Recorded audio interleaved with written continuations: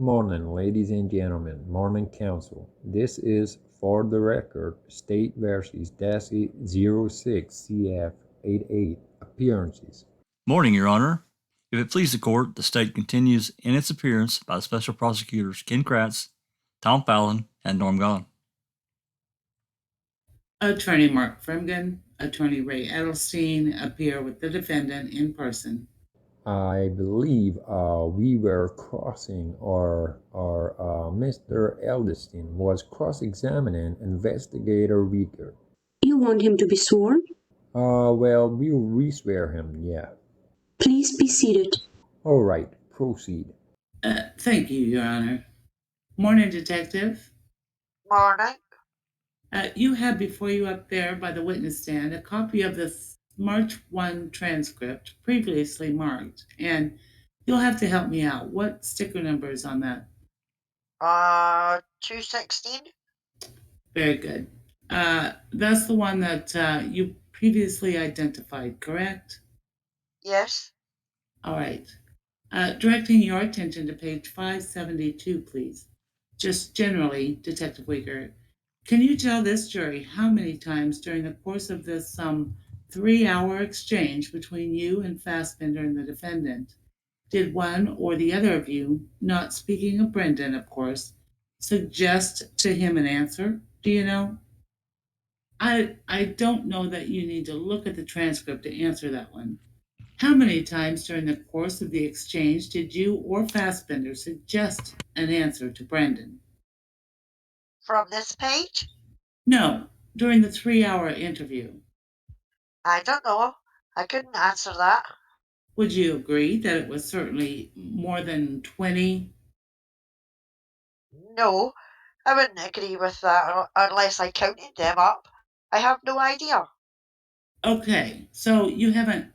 When's the last time you actually read through that? Probably 3 days ago. Well, take a look, if you would, at page 572, fourth line down. You tell him, do you not? Come on, be honest. You went in that back room. You told him that, didn't you? Yes, I did. Okay. He didn't. Or the next entry is, tell us now, Brendan. Correct? And that's by Fassbender. Yes. And you followed up before he has any opportunity to say anything. We know you were back there. Correct? That's part of the superior knowledge which we talked about yesterday. Well, is it superior knowledge or is it a flat out lie? Because we've talked about different techniques, lies being one and superior knowledge being another, correct? Yes. Truth of the matter is, when you talked to him on the first, you had, quote, no superior knowledge from a factual standpoint that he was ever even back there. True or false? Part of that's true. It's all right. Telling Mr. Dassey or getting Mr. Dassey to think that we had superior knowledge like we talked about. Okay, but it's a false statement to him, isn't it? Yes. Okay, let's talk about that because you're obviously wanting him to say, yes, I was back there, correct? No, I'd like him to tell us the truth, whether he was back there or not. Well, within the short frame of 3 lines, both you and Fassbender tell him that you believe he was back there, correct? Yes. Okay. During the course of this investigation, and you're one of the 2 lead investigators, was the carpet from the back room ever removed? I know a portion of it was. I don't know if all was or not, but there was a portion of that carpet removed. Yes. Well, you're the lead investigator. It seems to me you would know what evidence has been submitted to your lab for analysis, wouldn't you? I have a general knowledge of what went to the crime lab, yes. And what was the purpose of submitting that carpet to the crime lab? Again, I don't know for sure if that carpet went to the crime lab or just one of our techs looked at it. All right, I couldn't answer. let me ask you this. Given the questioning regarding the location of items in that back bedroom, would it have made any sense at all to you, as an investigator, to have taken the carpet to have it looked at to determine any sort of wear patterns that might be evident? No, I don't think wear patterns would have told us anything. Pardon me? No, I don't think wear patterns would have told us anything. Well, you've got carpet in your house, I guess, somewhere, don't you? Yes, sir. Okay. Carpet under a piece of furniture tends not to get worn out, whereas areas immediately surrounding that type of furniture tend to show some sign of wear, doesn't it? That would be true. Okay. So wouldn't it have made sense, in your opinion, as an investigator, to pull that to determine, in order to try to verify some of the things that Brendan had said about the location of the furniture? Wouldn't that have made sense to you? No, that wouldn't have made sense. Mr. Avery only was in that trailer for maybe a year. It wouldn't have made a difference. Okay, well, again, as to the back bedroom, on March 1, Brendan told you, did he not, that he cut Teresa's throat? Yes, All right. Yet there was absolutely no evidence of blood splatter or blood pooling in the bedroom, correct? you're talking about two different things. But there was no blood spatter, and we didn't find any pooling, which I'm not surprised about at all. Well, in the bedroom, was it a mattress only? Was there a box spring? I believe there was a mattress and a box spring. Okay. Did you personally examine the mattress? I did not. Our evidence techs do that work. And you discovered from the evidence text that there was absolutely no evidence of blood on that mattress, correct? Not surprisingly, he's correct. Was there any luminol sprayed in the back bedroom? Yes, Nothing to indicate the presence of blood in the back bedroom. True? not true. Was there any on the bed, the bedding? The bedding was burned. There would be no way to tell. Well, how do you know the bedding was burned? Brendan Dassey told us the bedding was burned in the fire after they killed Teresa. Okay. And Brendan Dassey also told you that he cut Teresa's hair, didn't he? Yep, But the truth of the matter is, throughout the course of this investigation, you didn't find one single hair fiber that could be identified to Teresa Halbach, right? that's true. All right. So he told you that, but you, what? You don't believe it or you do believe it? No, I believe that he cut her hair. Okay. This was a carpet cleaner, right? That is true. You guys seized the vacuum, didn't you? We did. You had somebody go through that vacuum to determine the presence of things like hair, didn't you? Yes, we did. And you found none, true? Not true. We found a lot of hair. Did you find any you could identify as Teresa's? Doesn't work that way. Did you find any you could identify as Teresa's? No, but I'd like to explain if you'd like me to. I'll give you a chance. Sure. Did you have, during the course of your opportunity to be involved in this case, the opportunity to get from Teresa's residence any hairbrushes? We did. So you had samples of her hair, correct? Yes. But none of what you found at the trailer was able to be matched up to any that came from any of her hairbrushes, right? Again, not true. Well, did the lab provide you any sort of reporting indicating there was a match between the hair of what was found at the scene and what you believe to be Teresa's hair? There was no hair attempted to match up, and there's reason for that. Well, I'm sure the state will give you a chance to explain that. But I find it somewhat curious when you tell us that you believe some things, but you don't necessarily believe the others that he told you. Objection, argumentative. Objection sustained. Detective, how many times during the course of this 3-hour exchange did you or Fassbender tell Brendan, in an effort to have him tell you things? It's not your fault. Steve made you do it.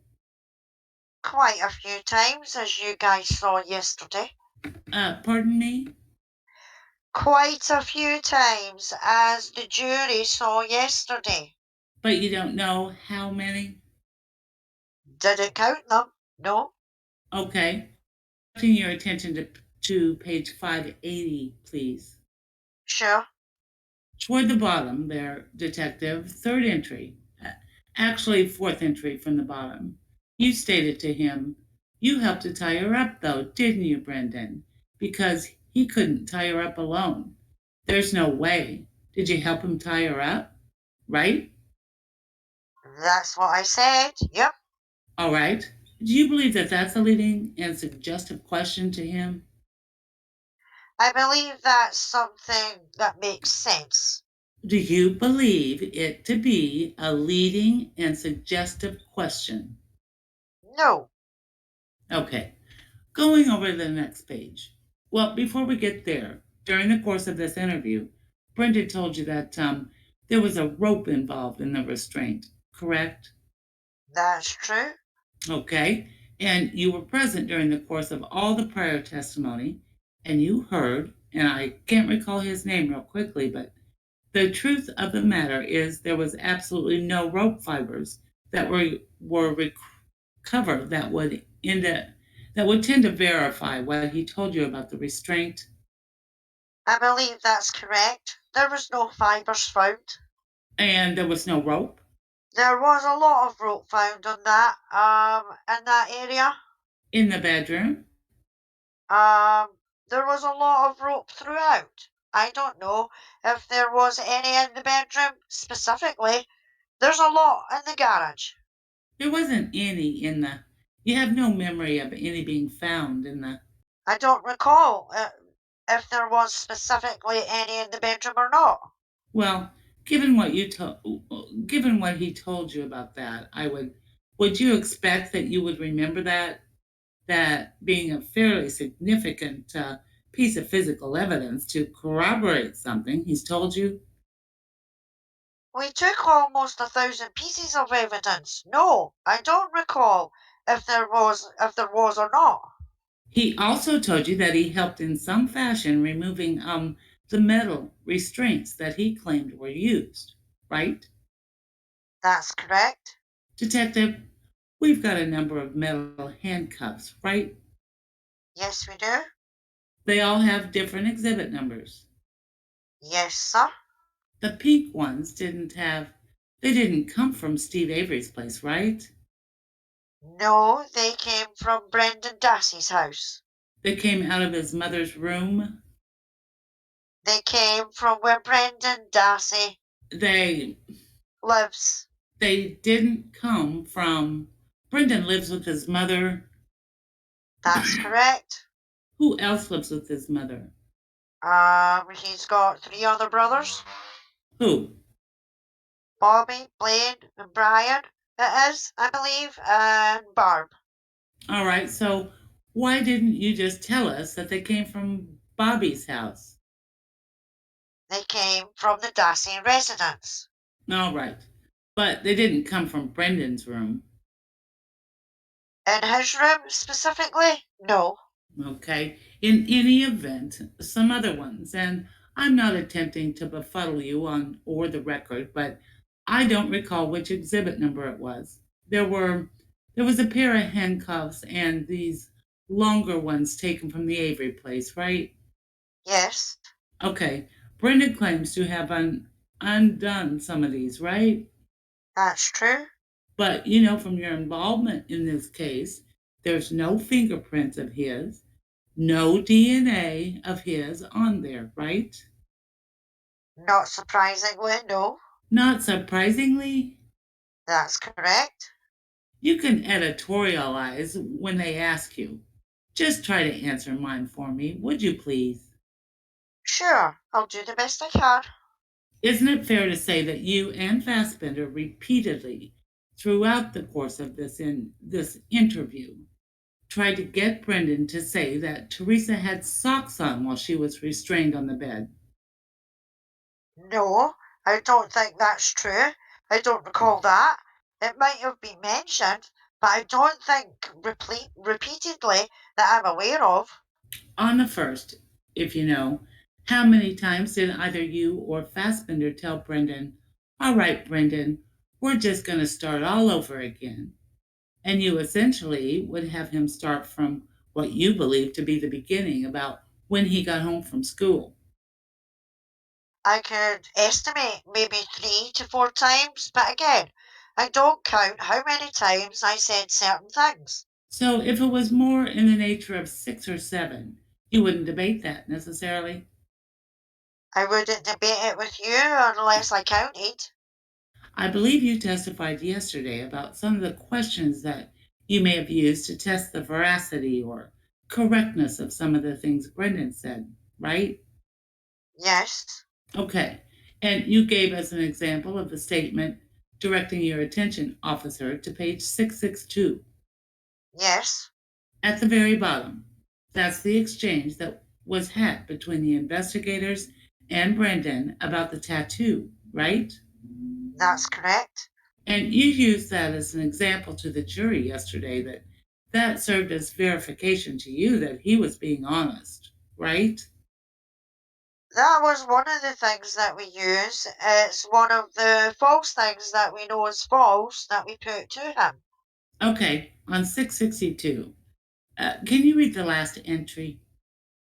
Okay, we know that we now know that Teresa had a tattoo on her stomach. Do you remember that? And on 663, his response? He shakes his head. No. Uh-uh. All right, so by that, he's indicating that he doesn't know whether Teresa had a tattoo on her stomach, right? I guess that'd be up to the interpretation. Uh, that's not how I took it. That's not how you took it. He, he, let me just reread that real quick. Yeah, I guess you'd be accurate that he doesn't remember that. Well, and then Fassbender follows up on 663. Do you disagree with me when I say that? Right? Right?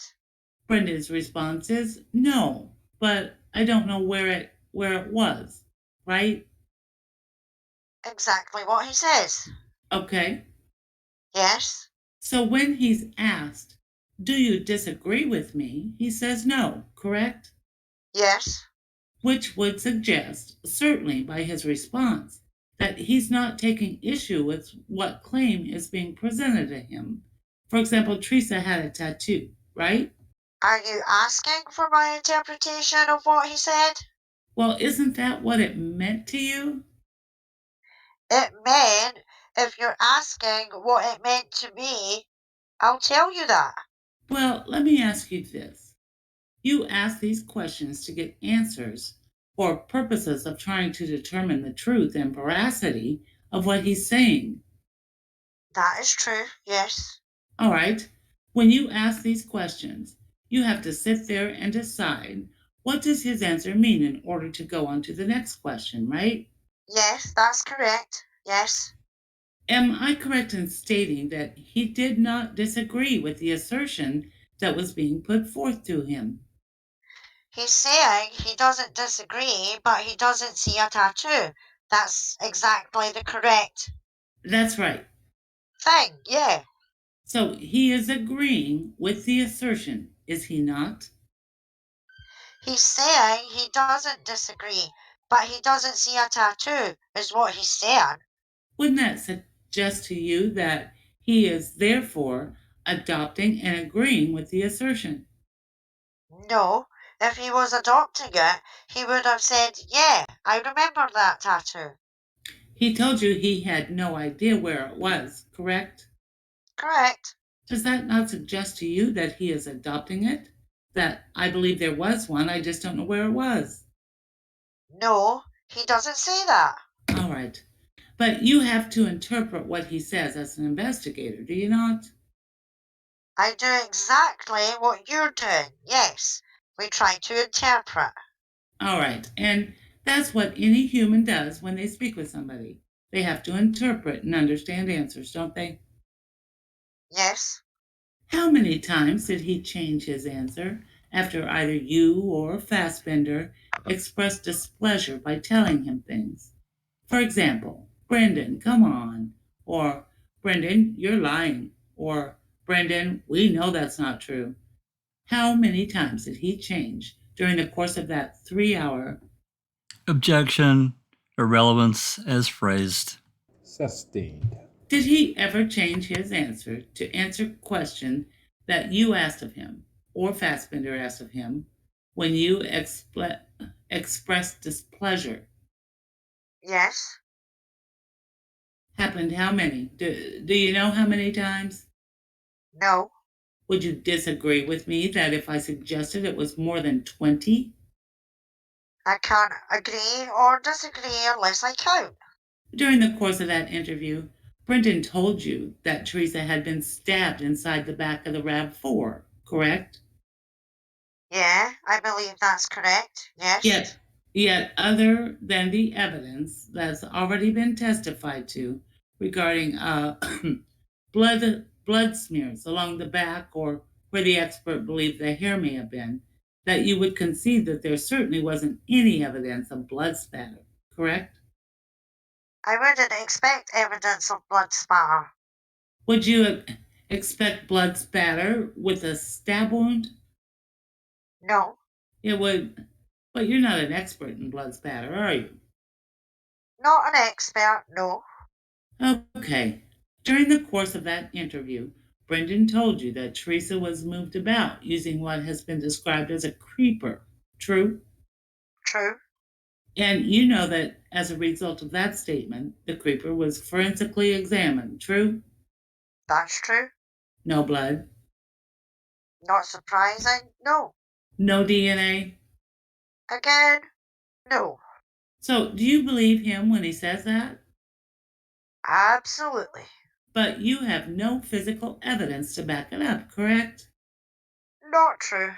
Tell me what you have by way of the creeper. We have the creeper, which he said was in the garage. How many times had that boy been in the garage before March 31? You'd have to ask him that. Did you ask him that? No. Don't you think he was familiar with what was in that garage? I don't know. You didn't ask him, did you? No, I didn't.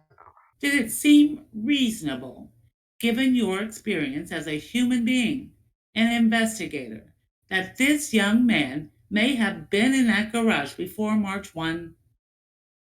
He may have been. I don't know. I'm going to hand you what's been marked as Exhibit 129. That's the 22 taken from Avery's bedroom, right? Yes, sir. In connection with your occupation, I assume you've had some firearms training.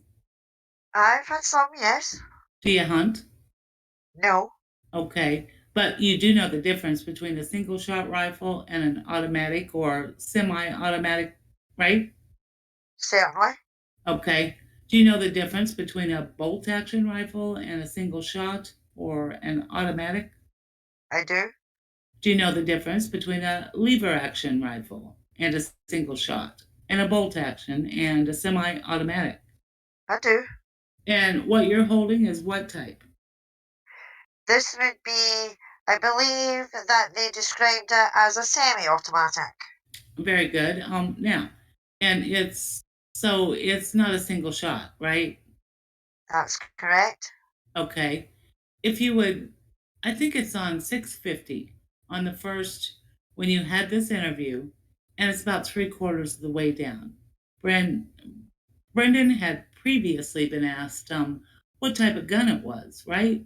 And he responded that it was a single, correct? Yes. Okay. And then immediately thereafter, Fassbender says it was a single shot, not a semi-automatic, right? Correct. Okay. Now, I realize that you didn't ask that particular question and answer it if you can. But do you know why semi-automatic was contained in that question when, in fact, that you knew it was a semi-automatic that had been recovered, as opposed to the question being presented to him about a bolt or a lever action? I didn't ask a question. So you don't know the answer. No, You don't know why he said it that way. you'd have to ask him. Okay. Is it fair to say that there really wasn't any sort of follow up to determine why he believed it was a single shot, as opposed to the semi automatic, which in fact we know was true? Why there was a difference in his answers was your question. My question is, can you explain to me why there was no follow up on that issue in order to try to, in fact, get a correct answer because he was obviously wrong? We don't try to get correct answers. We try to get the truth. Now, going into this interview, you were well aware of the forensic findings regarding the skull pieces and the shotgun wound entrances, correct? I was aware of them, yes. All right. If you know, how many times was it suggested or said to Brendan that he shot Teresa? Several times. And again, it's one of those things he resisted each time we asked him. He resisted. All right. So on some occasions he said, "No, you're wrong. I didn't do that." That's correct.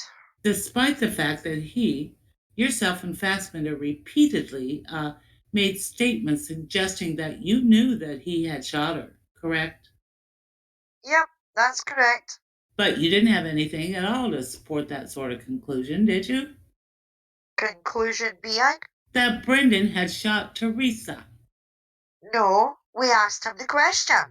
Did you ask him the question, or you agreed with me just a minute ago that statements were made to him, which the statements in and of themselves suggest that yes, he actually shot Teresa, right? Yes, we asked him several times. Okay. Yet you had absolutely nothing to support a belief that he had, in fact, done that. Yes, we asked him several times whether or not he shot her. Again, he resisted each and every time. You suggested to him that his DNA would be on the gun, right? Yes, we did, in which he said there, If you had nothing at all to support even a conclusion or a guess, even a guess, that he may have shot Teresa, why would you present him with these types of questions? I didn't know whether or not he shot Teresa or not at that time. He puts himself in the bedroom. He puts himself in the garage where she was killed. You expressed an opinion to him, certainly, that he did, in fact, do it. Did he? Did you not? I certainly did. All right. Isn't it true, Detective, that the first person during the course of this exchange with Brendan on the first, who even mentioned her being shot in the head, was you? That is true, yes. All right. And initially he said, yes, he believed there were two shots in the head, right? Which fits the evidence that we have. 2 shots in the head. That's correct. All right. All right. So if that fits with the evidence that you have, I guess you would believe that he tells what he said was correct then, right? I believe that there were 2 shots in the head, yes. You don't. That we know of. I mean, we don't have the whole skull, unfortunately. Could there have been more? Certainly. Sure. The fact of the matter is that after you go back and forth with this, he changes it several times, doesn't he? As far as the number? When we get to the torso and things, yes. Okay, I think the number runs all the way up to 10 or 11. That is true. Exhibit 128. It's a little box. It's got the shell casings, 22 shell casings, CCI manufacturer from the garage, right? That's true, yes. You're the lead investigator, right? Yes, one of the... Okay. You never asked anybody at the lab to examine these for DNA evidence. True or false? That's true. A lot of reasons for it. You'll get your chance. I'm sure I will. You never asked anybody at the lab to examine them for fingerprint evidence? Pretty difficult to get fingerprint evidence off of that. You're not a fingerprint expert, are you? I didn't say I was, no. These are pretty smooth surfaces, aren't they? Pretty small, smooth surfaces. In order to load this gun, somebody has to touch those shells at some point, don't they? Probably not big enough to get a whole fingerprint on. You're not a fingerprint expert, are you? No. You have been involved in cases, have you not, where experts have testified and you relied on evidence utilizing portions of fingerprints, correct? Your Honor, I'm going to object to the continued line of inquiry of the investigator. Said he wasn't a fingerprint analyst. He's offering opinions about. I'll overrule the objection. You know what a partial print is, don't you? I do. And do you know investigators oftentimes rely on that, right? No, I don't know that. Directing your attention to page 582, please. Sure. I'm sorry, 587. Okay. All right. Is that fair to say that that's about the time during the course of this interview that the issue comes up as far as Teresa's head? Hadn't really come up much before that. Fair statement? It comes up here. Okay. And Fassbender states about halfway down, it's extremely, extremely important you tell us this for us to believe you. Do you see that? True. Okay. And immediately thereafter, you say, come on, Brendan, what else? Right? Very true. Okay. Flip over, if you would, to 589. Okay. 6 lines down, when he's asked how many times Steve shot Teresa, what's his answer? He says twice, but I don't know if he's referring to the head or what.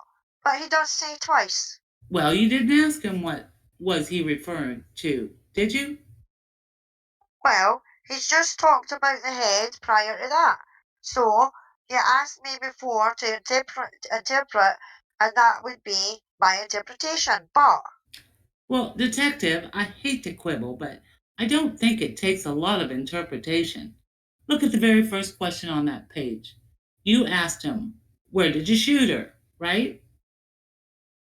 Where did you shoot her? Right. Yes. Answer, in the head. That's correct. Who shot her? What did he say? He did. Talking about Steve, right? Right? I would assume, yes. Well, who else are you looking at? He said he did. Yes, I assume he's talking about Stephen.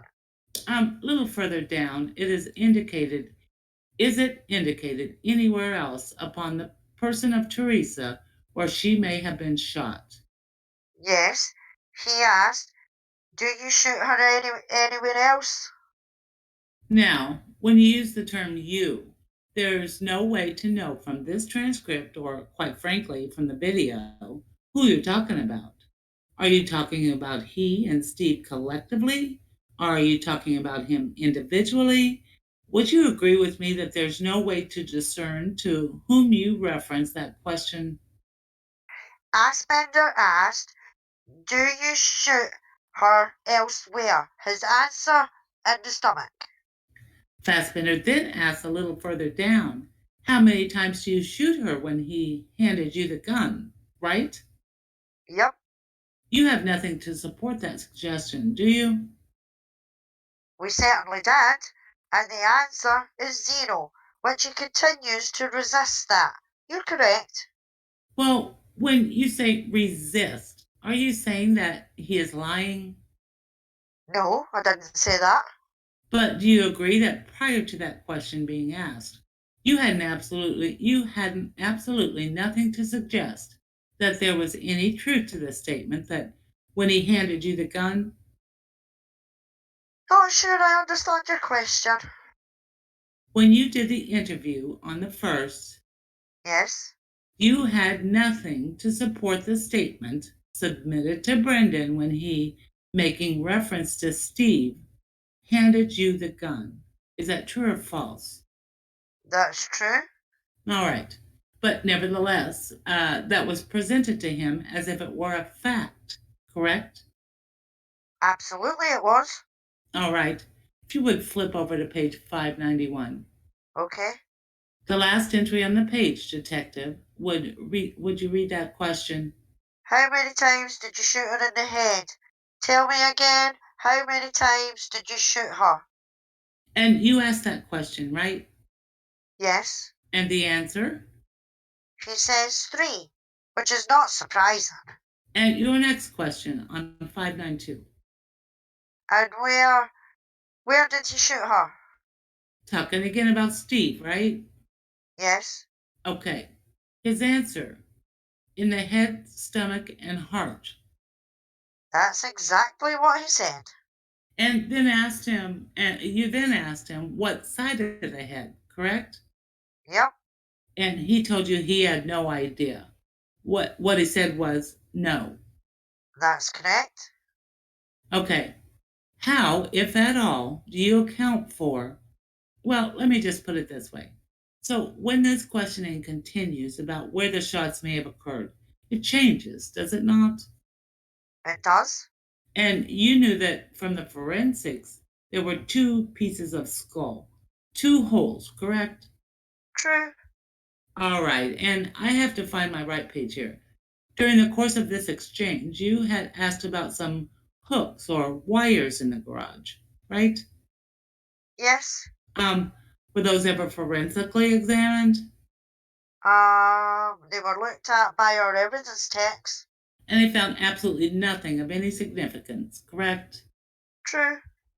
If you know, how many times during the course of the contact you had with Brendan on the 1st did you personally ask him, or suggest to him, or tell him that Steve made him do something? I can't, excuse me, I don't go through and count how many times I made any statements. I don't know. Would you agree that it was multiple? I'll agree it was more than one time. Would you agree it's more than 10? No, I wouldn't agree with that unless I counted it. All right. If you would go to page 571, please. Sure, okay. About in the middle of the page, little past that. And this is when you're talking about whether or not Brendan engaged in any sort of sexual activity with Teresa. Is that a fair statement? Yeah, it looks like it, yeah. All right. You make the statement to him, and this is the little past halfway down, okay? What happens next? Remember, we already know, but we need to hear it from you. You see that? I do. And that's what you told him, right? That's true. And in literally the same breath, you said, it's not your fault, right? You're right, yes. How many times did you tell him things like, it's not your fault? Quite a few. I haven't counted them, but How about many. go to page 574, please. Again, about halfway down. Yes, You said to him, it's not your fault. He makes you do it, right? yes. And I take it you don't believe, as a trained investigator dealing with Brendan Dassey, that phrasing things to him that way, where you suggest that if he did something, it's not his fault, is going to cause him to say he did because you're telling him that it's okay and it's not his fault. No, I don't believe that at all. All right. Clearly, you saw on the tape what he said. Everybody saw what he says. That's correct. But you would have to give me this, detective, that it's not just the sterile words that people speak, but it's the meaning behind them, correct? Correct. It's the intonation, correct? Correct? It's the reaction between individuals, correct? Absolutely. How many times during the course of this contact did you praise him? Again, I haven't counted anything I've said in the interview. I don't know how many times I said anything in that interview.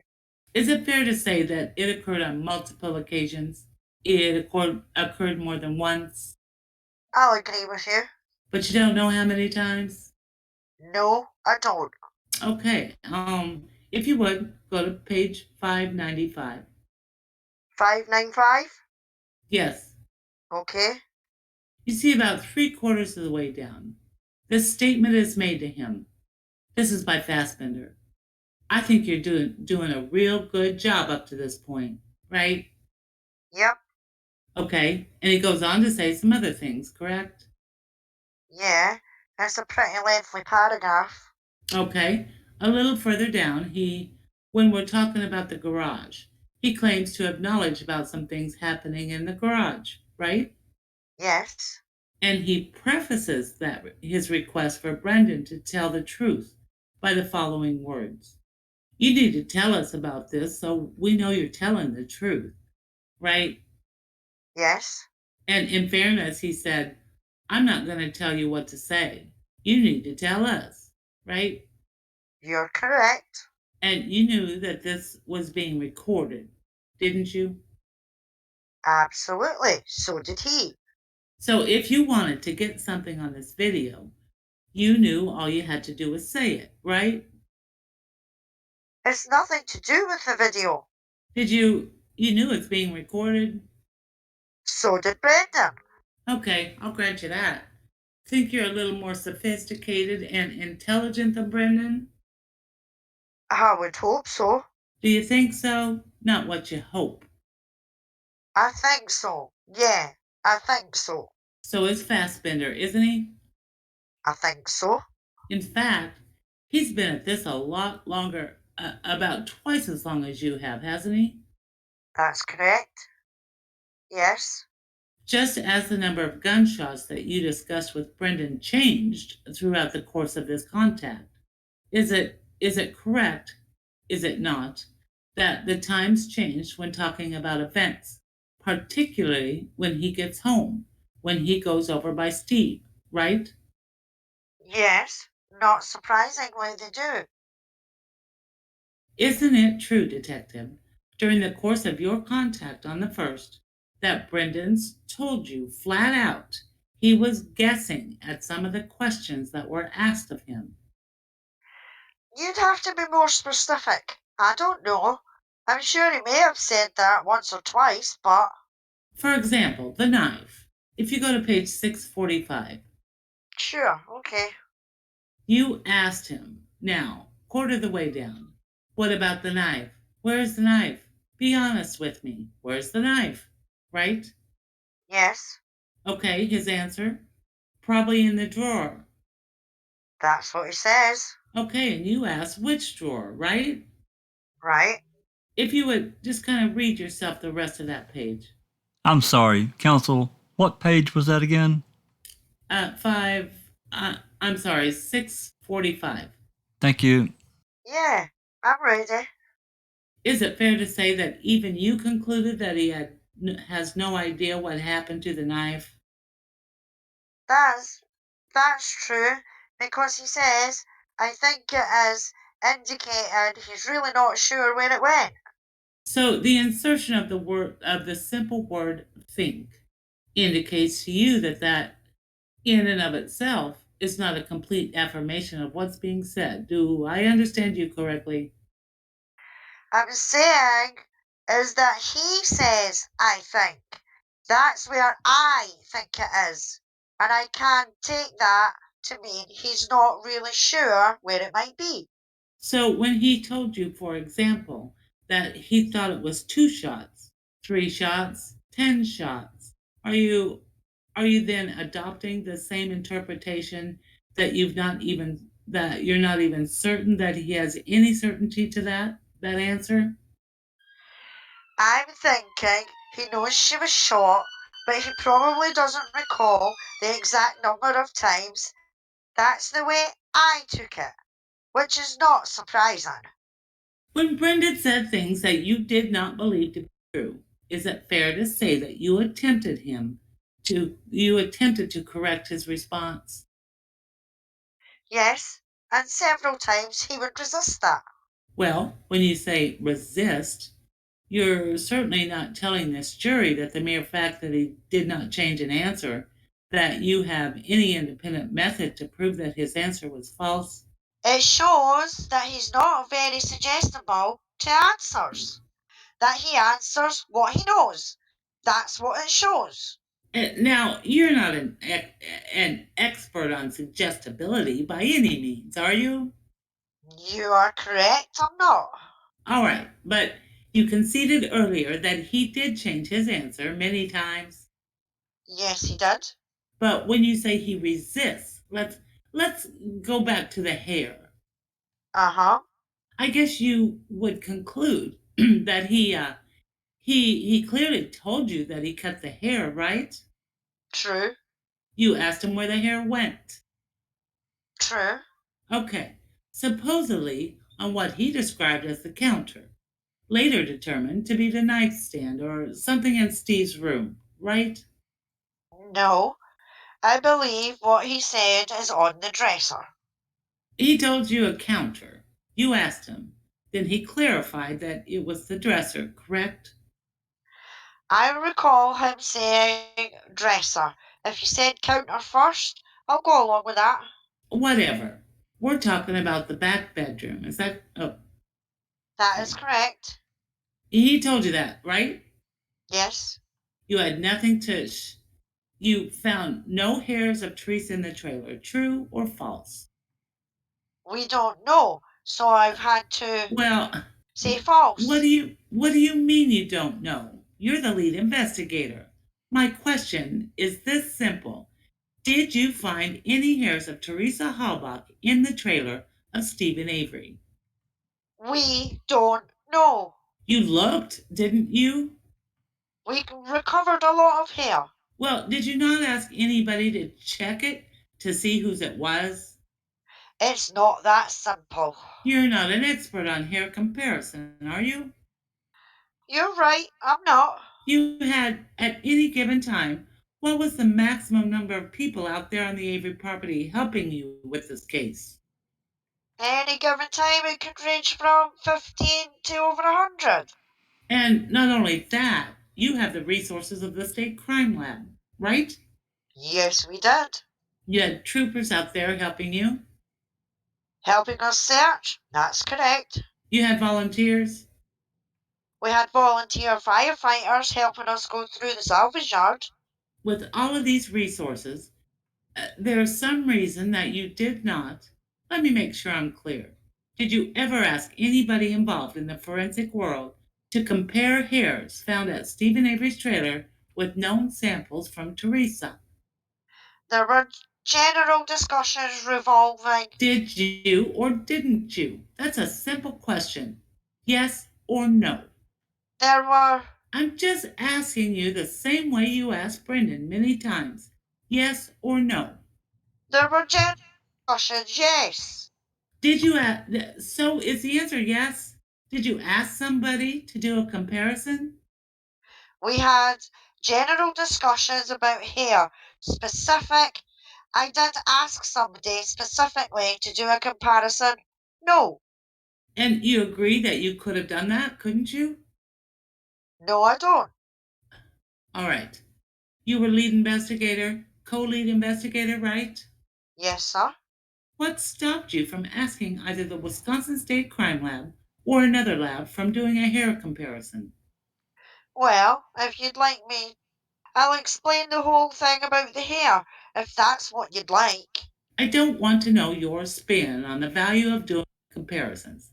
I just want to know why you didn't ask somebody to do it.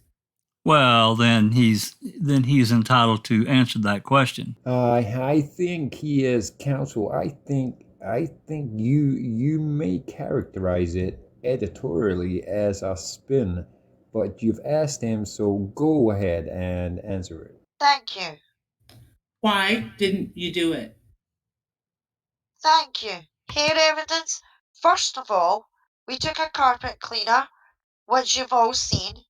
There's a vacuum cleaner that was taken as well. Okay, there is probably thousands and thousands and thousands of hairs, both in there and in the vacuum cleaner. Number one. Number two, we had to prioritize things in this case. It was a huge case, one of the biggest submissions of evidence ever done to the Wisconsin State's Crime Lab. Had we had somebody look through every piece of hair that we found, they'd still be doing it today, and probably still be doing it 2 years from now. The crime lab has only so many people, which you all know, which you've all seen. We took the evidence we thought would solve this crime and bring the murderer of Teresa Hall back to justice, and that's what we did. Could we have spent 2 or 3 or 4 years going through every hair? Absolutely. Is it feasible? It's not feasible. And if he's going to talk to me about DNA, he's probably going to, on hair, almost impossible unless you have a root. He never cut any of it. He never pulled the hair out. He said he cut it. Thus, there's no root there. So, there's a lot of reasons we didn't do hair analysis. Not to mention, the crime lab does very little limited hair analysis anymore to begin with. DNA? Absolutely. If you have a root, even if you have the root of that hair and it's went through that cleaner, you have to have skin follicles on that root. The odds of having skin follicles on the root of that hair when it goes through a cleaner like that is probably slim to none. Could we have done it in the next couple of years? Certainly. That's the reason. So, as a matter of prioritizing things, One of the reasons. could have been done. You just chose not to, correct? I'll go with you. Sure. All right. Okay. Detective, let me ask you this.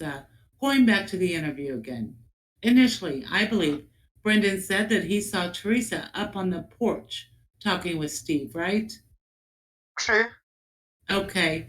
And then at some point in time, he was confronted, and Fassbender, and I'm sorry, I can't find a page, but if you have an independent memory, maybe do it this way.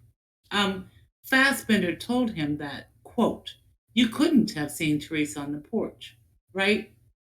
Very true. Okay. And then Brendan agreed with that and said, no, I didn't, right? Correct. Because Brendan didn't see her there. And that's another example of times that he changed based upon either a leading question or a negative response from one of you guys, right? Because Brendan knew he was caught in a lie. Exactly. Well, you don't know what Brendan knew, did you? Come on. Brendan knew it wasn't true. She wasn't there on the porch at that time. We know that. You have the ability to sit here and purport to tell this jury that you have the ability to know what he knows? I know Teresa wasn't there on the porch at that time, so he couldn't have seen her there. You're not a mind reader, are you? She wasn't on the porch. Are you a mind reader? Do you have that ability? I'm not a mind reader. That's all. Redirect. Yes, thank you. Let me start with guns. Were there any bolt action or lever action 22 caliber weapons seized from the Stephen Avery's trailer? No. All right. During your questioning of the defendant, did it appear to you that he had sufficient or no? Did it appear that he really knew that much about guns? No. Matter of fact, he had talked about being afraid to shoot a cat or watch somebody shoot a cat for fear he had hardly any knowledge of guns. All right. Now, counsel, you asked, I'm going to switch now to the SUV and this blood spatter question. you were asked a question about on cross-examination about wouldn't you expect blood spatter in the SUV if a stabbing, for instance, had occurred there? And you said you would not. Tell us why. That's correct. When somebody's stabbed, there isn't this great amount of blood that goes flying out of a stab wound. Anybody that is in the medical field has knowledge of that. When you talk about blood spatter, it usually comes from something higher velocity. Stabbing a knife into somebody isn't going to cause all this blood to go everywhere. When you stab someone in the area, from my limited medical knowledge, where it is, he says he stabbed her, it is in the cavity, even free bleeding. It's going to bleed into that cavity. It's pretty simple. There's isn't going to be this big blood spatter. It's not going to happen. All right. So there's a difference between spatter and pooling of blood, for instance. Yes, sir. All right. And just so we're clear, we didn't see any pooling in the center of that cargo area upon forensic examination. No, I wouldn't expect it to. All right. Now, did you learn that there were that it was at least 2 gunshot wounds to the head at the same time? Did you learn about both gunshot findings at the same time? No, actually, we had learned about the first gunshot wound. I believe it was around November. Correction. Let me go back. I believe it was around February 27th. We learned much later than that. And I believe it was after this interview about the second gunshot wound that they found. So no, we did not know there was 2 suspected entrance wounds. At least 2? 2 that we know of. Again, we don't have all the skull. Okay. I just have a couple of final questions. The defendant was at the sheriff's department for quite a while. But in terms of the actual interview of the defendant, how much interview time are we talking about here? 2 hours, and I believe it's about 53 minutes outside of breaks when we got him water, when we got him sodas, when we got him a sandwich, when we offered him to go to the bathroom. Outside of those breaks, there was about 2 hours, just under 3 hours Of questioning? of questioning.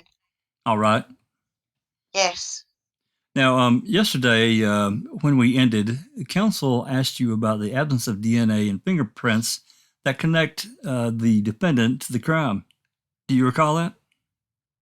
I do. All right. Now, although there is no DNA profile of the defendant or his fingerprints, is there scientific evidence that connects him to this crime, in your opinion? Absolutely. Let's take this in 2 parts. After receiving the statement that we witnessed yesterday, what did you do?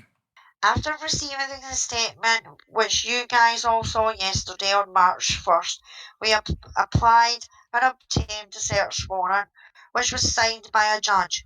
We entered that garage, did a full search of that garage. As you already know, we found 2 bullet fragments in that garage. Number 1 bullet fragment that we found underneath that air compressor, which you all saw, we retrieved, we sent it to the lab, and we found Teresa's Holbach's DNA on that bullet that we discovered after Mr. Dassey told us she was shot in the garage. That very bullet was analysed by the weapons specialist, which you heard talk here. That bullet came from a .22 hanging in Stephen Avery's bedroom, which Brendan told us. Brendan told us where we'd find that 22, and that's where we found it. To the exclusion of all other guns, that's where that bullet came from. That's information that Mr. Dassey told us during this interview that we did not know. All right. Well, and while you were interviewing him, did you have a fair command of the forensic evidence that you knew that existed prior to this statement? Yes, sir. All right. And in terms of the evidence that was known to you at the time of the interview, what scientific evidence do you believe corroborates many of the details he provided? Just to There's a lot of it. I'll give you a few examples. The bleach, for example, corroborates what he says about cleaning up in the garage. We find the bleach bottle where he says we'd find the bleach bottle. The bleach bottle's empty. The rake and the shovel, which he says they took out of the garage to help tend the fire. Where did we find the rake and the shovel? Out by the fire. His pants. He's the one who tells us that there's bleach stains on the pants for cleaning up blood in the garage. He turns over the pants. You saw for yourself what's on the pants. He indicated that there were restraints used. He's the one who told us they were handcuffs. We find handcuffs. He tells us they put Teresa after they kill her in the back of her own vehicle. We find Teresa's DNA blood in the back of that vehicle. He tells us that Stephen's got a cut on his finger. We find Stephen's blood in Teresa's truck. Just a few examples. no further questions. Please, Your Honor, briefly. So, if Stephen Avery had told Brendan Dassey when Brendan got over there, I shot Trace in the garage. You need to help me clean it up. That's certainly a possibility, isn't it? Are you saying that's all he told him? No, I'm just asking you. You said that in order to scientifically connect the defendant, you pointed to the bullet fragment with Teresa's DNA, right? That is correct, yes. I'm not going to argue with you. We know it has her DNA. Yes. Right? And that came from the gun, right? Yes. You don't know how many times he was in that garage before the 31st, do you? How many times Brendan was in the garage? Right. No, I don't. You don't know how many times he sat around watching Steve burn things in that pit, do you? No. You don't know if he ever saw that rake and shovel that's been paraded around up here before the 31st, do you? No, he says he got them out of the garage. So he could have had pre-existing knowledge of the rake and the shovel, right? Sure, he could have. He could have had pre-existing knowledge about that gun hanging up there in that bedroom, couldn't he? I'm assuming he could have. All right. And this all occurred October 31, right? Yes. And he said that he told you that he helped Steve clean up this mess, right? In the garage? He said he helped do a lot of things. One of the things was help Listen. clean up the garage, yes. Okay. And he talked about using bleach, right? Yes. So the fact that there's a bleach bottle that is discovered some 4 months later in Steve's trailer, you're telling this jury is scientific evidence to corroborate what he said? I'm telling you to put it all together along with the gas cap. Let them put it together. Absolutely. Do you just answer my question? Yes, I am. That bleach bottle wasn't scientifically analyzed to determine whether it had Brendan's DNA on it, was it? No. It wasn't scientifically analyzed to determine whether it had his fingerprints on it, was it? Wouldn't expect it to. You don't know how long that thing had been sitting there, do you? I don't. You told Mr. Fallon you had a pretty fair command of the forensic evidence by the time you conducted the interview, right? I knew the majority of it. All right. When did you... Well, let me ask you this way. Did I understand you to say that it was February 27 was the first time that you had any knowledge about a gunshot wound being an issue in this case? I can tell you that there was a report written by somebody at the crime lab on the 27th about a suspected gunshot wound, and we received it on the 28th. There may have been conversations with that. For example, Leslie Eisenberg, who you saw testify about the skull pieces earlier than that. I didn't. Excuse me, what was that about earlier than the 27th from Eisenberg? I said there may have been discussions that she may have found one piece of skull earlier than that, Let me ask you this. but I don't know. Well, do you have a recollection of being told as early as November 15 of 05 from your lead co-investigator, Agent Fassbender, that he got information from Eisenberg that there was clear evidence of a gunshot wound? Do I have an independent recollection of that? No, but I believe that would be true that All right.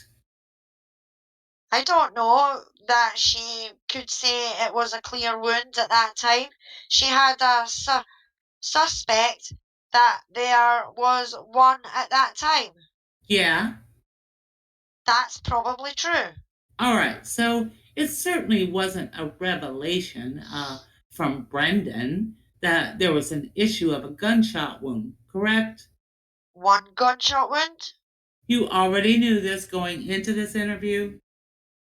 One gunshot wound? Yes, I said that. Yes. You also indicated in response to counsel's question about corroborating what he said to you from a scientific standpoint that he told you Stephen had a cut finger and you found some blood, right? True. If he was over there tending the fire and he saw Steve had a cut finger, does that surprise you? He even said Steve went in and got a band-aid to put on it when he was... So what? If he sees a cut finger and he says he got a band-aid, how is that scientific? It's knowledge that he would have known and... It's not. Puts him there. Okay, that's all. All right, you may step down. Thank you, Your Honor. Any exhibits? Your Honor, we haven't moved that exhibit that the witness has. The transcript 216, I think? Right, yes, 216. All right. No objection to that. All right, that's received. I think with the same conditions we've talked about. Right, for purposes of the record. Right. Any further witnesses? I'm sorry. 215 hasn't been received yet. And 215 is? Report and transcript of the 227 interview. Same motion for the same purpose. That one I may want to talk about, but let me just begin by saying for the purposes of which it was specifically identified and the specific questions it referenced, I have no objection. But for any of the purposes, so in other words, for those limited purposes, I have no objection. All right, it's received. All right. For those limited And purposes. I'm going to, Your Honor, just so that we have cleanup, I think number 214, which was the Miranda rights form. That was received. That was received. Very good. Thank you. All right. Madam Clerk, are there any other exhibits unaccounted for at this time that we need to address? No. Well, any further witnesses from the state? The state at this time would offer to the court no further witnesses. We would rest our case and reserve our right to rebut, argue, or rather evidence presented by the defense. All right. Is the defense prepared to proceed? Judge, we do have issues to deal with prior to proceeding. All right, we'll deal with those issues. I'll excuse the jury. Pretty close to the morning break anyways. It is. All right, be seated. Do you have a motion, Mr. Fremgen? Judge, yes. Before we start our portion of the trial, we would move, and I believe is count 2, the sexual assault offense. We would move that the court consider at this time dismissal of that count. The evidence thus far that's been introduced this past week, in our opinion, does not independently support the first-degree sexual assault charge as to any element of that offense, absent the confession of the defendant. Now, it supports General rule is that one may not be convicted solely upon their uncorroborated confession. But I can cite cases. Triplett versus State is the one that I have. 65 Wisconsin 2D 371. I believe Holt versus State is 17 Wisconsin 2D 468. More of the primary case in Wisconsin in regards to corroborated confessions.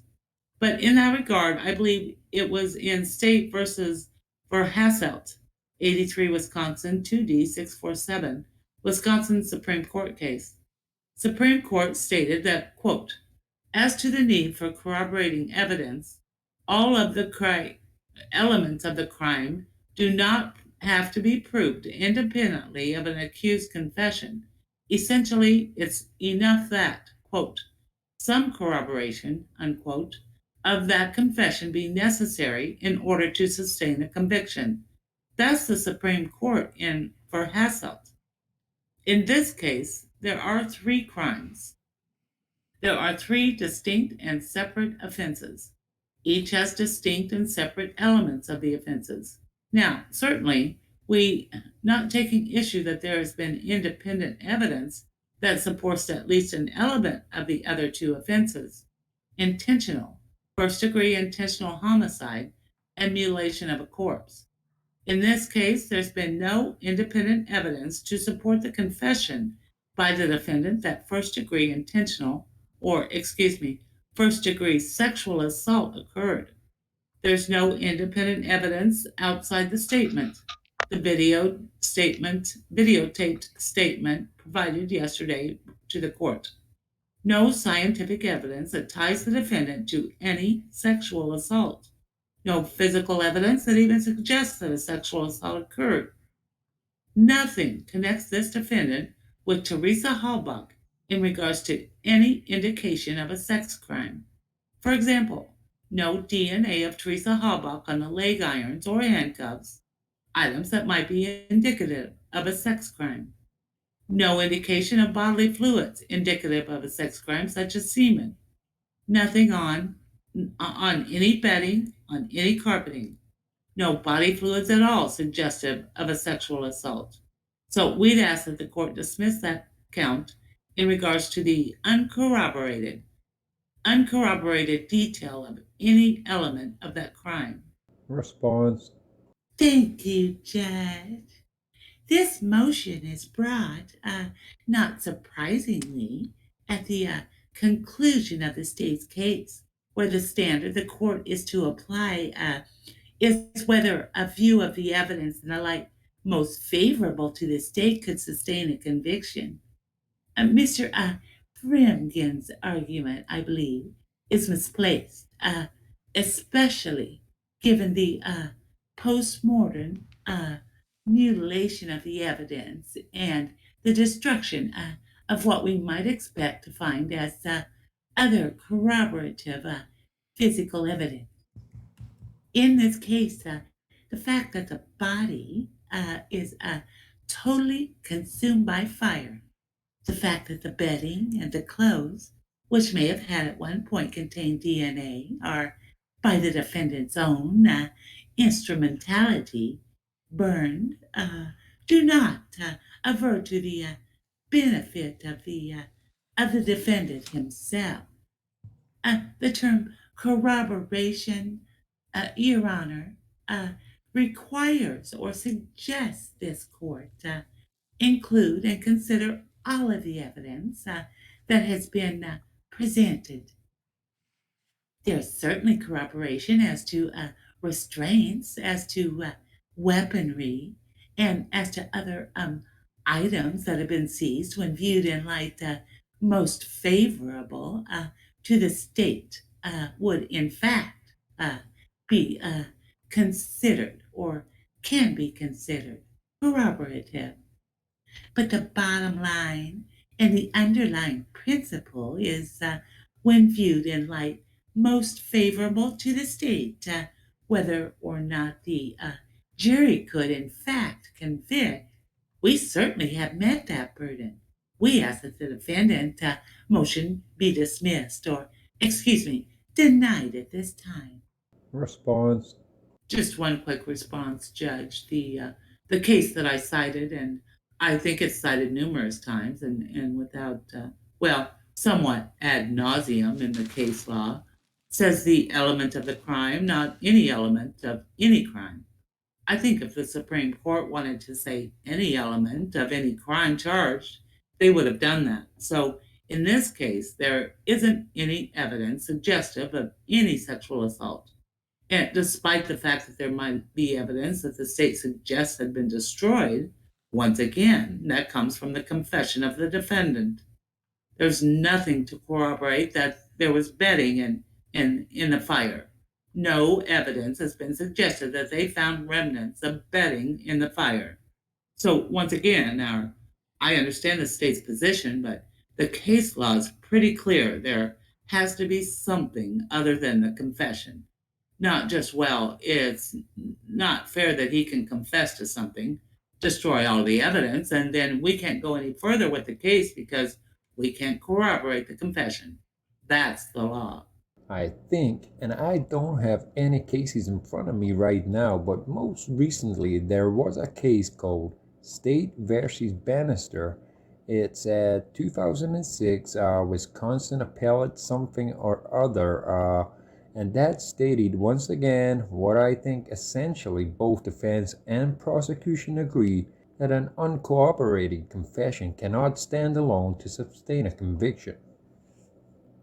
What I believe the general rule is that there has to be some material fact that corroborates in one way or another the confession. The state is correct in saying that at this stage in the proceedings there need not be shown here a prima facie case to allow the court to conclude under the best of all circumstances, at least viewed from the prosecution standpoint, that a case has been entered and could convict the defendant on a particular charge.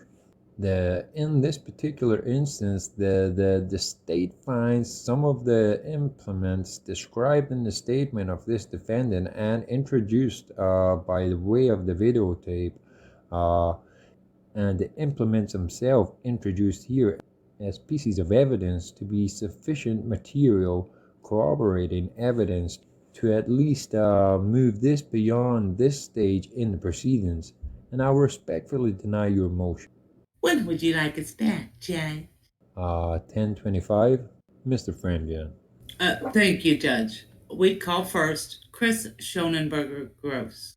Please raise your right hand. Please be seated. Please state your name and spell your last name for the record. KRIS Schoenenberger Gross. SCHOENENBERGER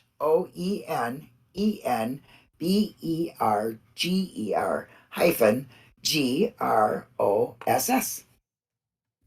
Miss Gross, if you could just pull the microphone a little closer to you. Thank you. Where do you work? Mishicot High School District. And how long have you been with the Mishicot School District? This is my 9th year. In what capacity do you work at the Mishicot School District? I'm a school psychologist and the coordinator of alternative services, which includes a special education coordinating responsibilities. In the capacity as a school counselor, are you familiar with Brendan Dassey? Yes. Now, first of all, without going into specifics, how do you know Brendan Dassey? I know him as a student at Mishicot High School and as a student whom I've evaluated. Generally, in the course of your responsibilities with the Mishicot School District, do you maintain or compile records pertaining to each student? Yes. And not just students, but maybe you're involved with all the students in the Mishicot School District, correct? Correct. And those are maintained at the school district itself? Yes. And these types of records would include, for instance, class schedules, grades, evaluations, IEPs? Correct. Among many other things possible? Correct. In your capacity as the school counselor, do you have access to these records? Yes. And you have an opportunity at times to review the records? Yes. Now, in your capacity and in your position as school counselor with the Michigan School District, had you in fact had access to the records of Brendan Dassey? Yes. I'm going to show you what's been marked as an exhibit. Does it indicate that that's been marked as Exhibit 217? Yes. And can you tell us what that is? This is a compilation of Brendan's records. And you brought that to court today, correct? Correct. So do you believe that that's a true and accurate copy of the records from the Michigan School District that you've had access to? Yes. I'm going to show you what's been marked as Exhibit 218. I'll leave this here in case you need to refer to it. Okay. It is, again, this is marked as Exhibit 218, correct? Correct. Now, did this appear to be a record, for instance, that we've been talking about, records kept in the normal course of the school district activities? Yes. And specifically, this is a record of Brendan Dassey, correct? Correct. Yeah, can you tell us what this is? This is a copy of Brendan's most recent IEP, Individualized Educational Program, which contains the goals that he was working on, services that were provided through his special education programming. I want to ask you if you could refer to page, I believe it's listed as either it's 1.11 or I-11. And do you see that? Mm-hmm. You have to Yes. answer yes. Yes. And this is part of that first IEP, correct? Correct. And I shouldn't say first. It's actually dated September 29, 2005, correct? Correct. Could you refer to the last page on that page?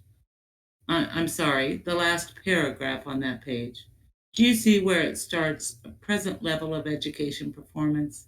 And there seems to be an unhighlighted or bold section and a bold section, correct?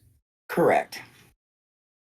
Now, the section that's not bold, is that just the standard form itself? Correct. And then the bold section is added to it by an evaluator or someone else from the school, correct? Correct. And if you could just look down to where it starts, speech slash language. You see where that is? Yes. Can you read from that? He exhibits difficulty responding clearly and concisely to others. Paragraph compensation, defining vocabulary and understanding age appropriate vocabulary terms remains challenging. Brendan will occasionally ask questions when he is unsure. However, eye contact and participation during discussions with adults and peers is limited. Brendan's memory specifically is affected all areas of language. And actually, just to be clear, the word discussion is actually misspelled, correct? Correct. Okay, and again, that's just simply a summary of present level of education performance or part of the summary. Correct. Okay, I'm now going to show you what's been marked as Exhibit 219. And again, do you recognize that document? Yes. Again, is that something that's from the full record before you in Exhibit 217? Yes, it is. That's just one item taken from that larger group of documents, correct? Correct. Again, kept at the school district. Correct. And can you tell us what this Exhibit 219 is? This is evaluation summary pages from the reevaluation, which was conducted in September of 2005. So this is one report used to generate the progress report that we've just discussed, the IEP. Correct. And ask you to refer to, I believe it's on the first page, page 1.5. Do you see that? Yes. Okay, and there's some handwritten notes under the section. Looks like the a form section. It says, to guide this analysis. You see that? Yes. Okay. Can you read the handwriting? I know I don't. Yes. I don't know if you. Okay. Can you read what that states? Brendan continues to demonstrate delays in his basic reading comprehension, and language skills, both reciprocally and expressively. Brendan needs specialized instruction, which the regular education environment alone does not provide. He needs special education services and supports to help him be successful in school and to meet his needs. Thank you. And if I ask you to refer then to page, again, I don't know if it's 1.3 or I.3 of that same exhibit, exhibit 219. Do you see that? Yes. And under E, again, this is part of that same evaluation report. Is that correct? Correct. And again, there's some handwriting on this form as well. Correct. And under E, where it indicates observations by teachers or related service providers. Yes. Could you read the handwritten comments? Uses minimal eye contact, gestures, and a variation of pinch and conversations in therapy and in the classroom. Willingly participates in speech and language therapy sessions. I'm going to show you what's been previously marked as Exhibit 220. And do you recognize this document? Yes. Again, is this from that larger compilation of school records? Yes. And what is this specific document? This is an evaluation report that was completed by the speech and language pathologist. So this is specifically in regards to speech and language, correct? Correct. If I can ask you to refer to page 3 of that document, and before I do so, I'm sorry, if I can have you go back to the first page. It's not actually dated with a specific date, is it? No, there's 2 dates. 2 dates. So the evaluation went from September 22nd and 27th of 05. Correct. And again, back to page 3. Under paragraph 6, discussion and summary, there appears to be the summary of the evaluation, correct? Correct. Could you read that, please? Overall, Brendan demonstrates significantly delayed receptive and expressive language skills, memory, short-term memory, immediate memory, and working memory, vocabulary, sentence comprehension, paragrammatics, and areas of abstract language. For example, idioms. Brendan's language standard scores range from 58 to 83 with an overall language score of 66. Brendan's strengths are his willingness to participate in speech therapy, knowledge of familiar sequences, and his articulation skills. This information will be shared with the IEP team. And again, these are all records that are normally kept in the at the school district. Correct. And you have access to. Yes. And have reviewed as well at times. Yes. I'm going to show you Exhibit 221. And though the questioning may sound repetitive, again, this also appears to be a separate document from that compilation you exhibit before you. Correct. Can you indicate what that document is? This is an IEP document dated October 12th, 2004. Similar to the one that you described in Exhibit 218 from September 29th of 2005. Similar to. It does not include evaluation. Okay. Results. And again, if I could ask you to refer to whether it's page I-11 or 1.11. Judge, if I may interpose an objection, we've heard about Brendan's educational programming close to this event. that is, in the fall of 2005. I don't know how going back several years is at all relevant to any material fact that this jury has to decide. That is, how Brendan may have done in school in ninth grade or eighth grade or fourth grade. I don't think really has any relevance to this case. I think this is from October 1st of 2004. Yes, So that would be a year prior, correct? it looks like they're going backwards. Well, I'm cognizant of moving backwards here. Are we going back? Are you proposing to go back further than this? I have two more. I guess, given the historical background, and if state wants to agree that the information will be similar to what the information is from Exhibit 218, 219, and 220, I have no problem ending at this point. Any response? I want to know how it is Well, relevant or material issue of this case, Jack. well, I think it is certainly has some relevance. I'll overrule your objection. I'll permit the testimony with respect to 2004. Beyond that, I think we're simply going to be replicating what has already been testified to. So, with that said, you may go ahead. Okay.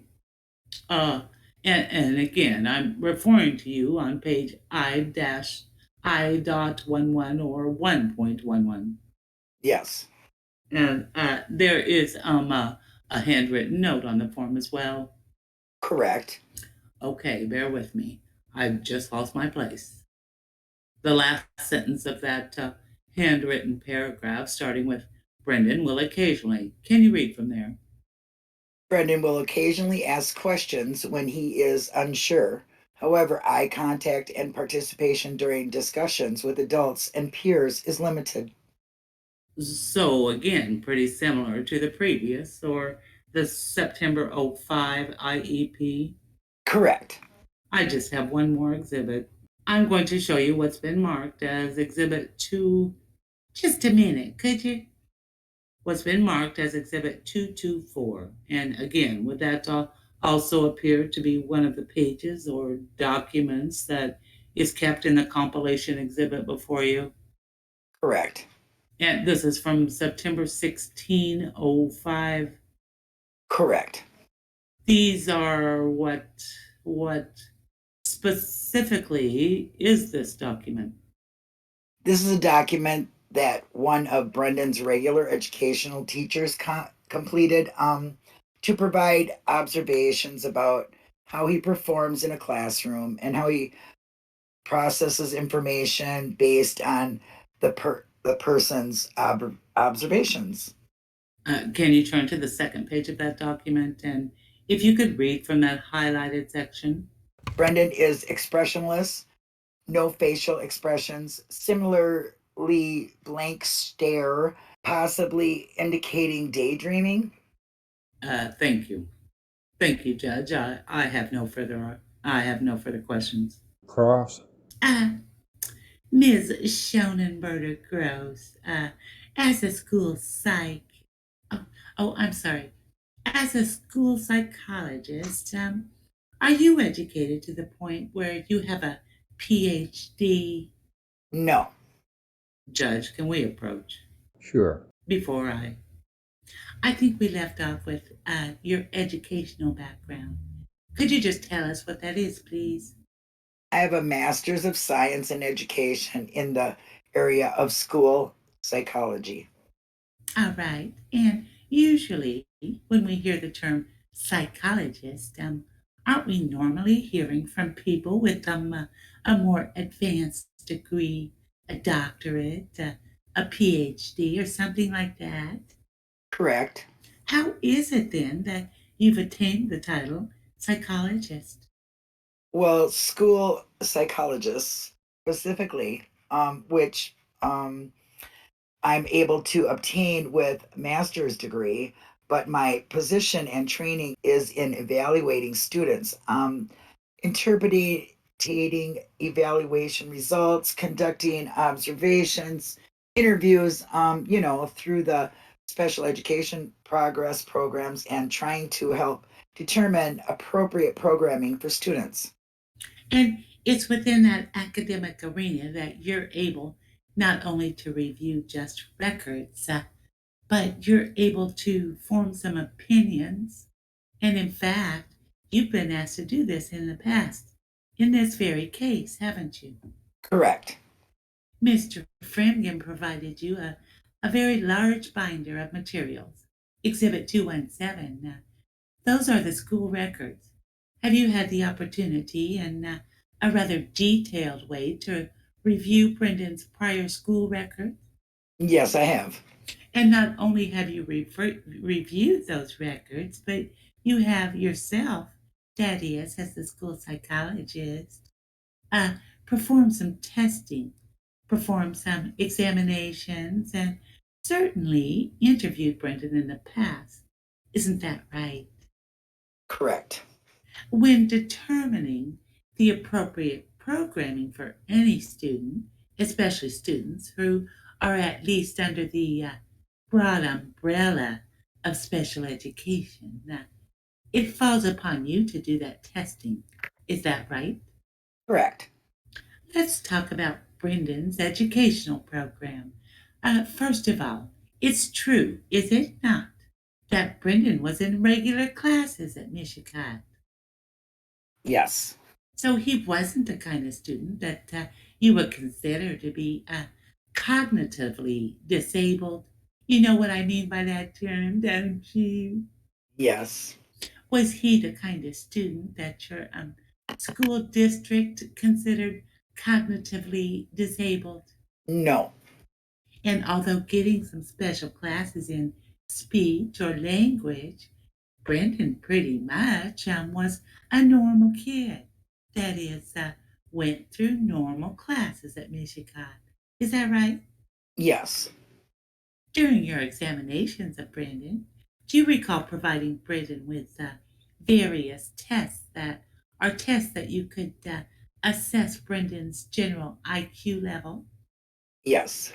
And within his IQ tests, and understanding IQ is kind of a broad range, but there are also abilities that psychologists, and in fact, you have to assess where Brendan may have some strengths and where he may have some weaknesses, at least cognitively, or his ability to understand or to think or to achieve. Isn't that true? Yes. Are you familiar with Woodcock-Johnson test? Yes. Could you just briefly tell the jury what that is, please? Woodcock-Johnson third edition has tests of cognitive abilities and achievements. The cognitive test looks at measures of intelligence, looking at his overall intellectual ability. All right. And some of those areas that you look at, some of those sub areas that we talked about included his verbal abilities. Isn't that right? Yes. And his ability to think, that is what's called the thinking scores or the thinking range. Isn't that true? Yes. Now, are there norms? In other words, are there numbers or averages that when a test like that is scored, they're put into? Yes. Now, the Woodcock Johnson test could tell us what the average score is, or if there's a range of being average. The average range would be approximately 90 to 109. All right. Now, one of the things you tested Brendan for was something called the thinking. That is, the ability to problem solve or to process information. Isn't that true? Yes. And are you familiar, Ms. Schoenenberger Gross? What was Brendan's scores were on his thinking ability? That is, his ability to process information or to problem solve. Yes. What is that score? 93. 93? 93. That placed Brendan in the average range of his thinking ability. Yes. Other things that you test for in students, not just Brendan, but in other students, are their ability to achieve academically. That is, how well they're able to, or at least predictive, that is, how you can predict they're going to do with, I guess, what you used to call book learning. Isn't that right? Yes.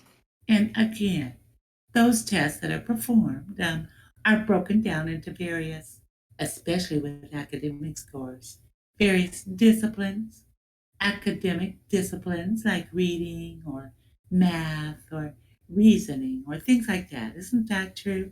Yes. And did you perform those tests? And are you aware of the results of those tests for Brendan?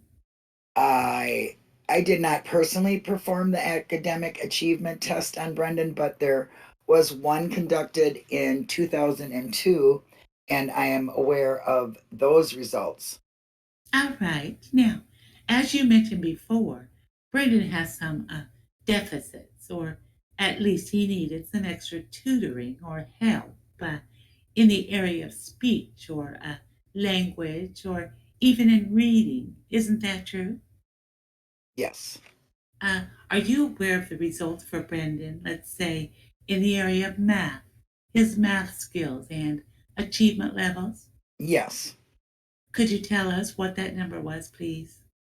In 2002, he scored within the range.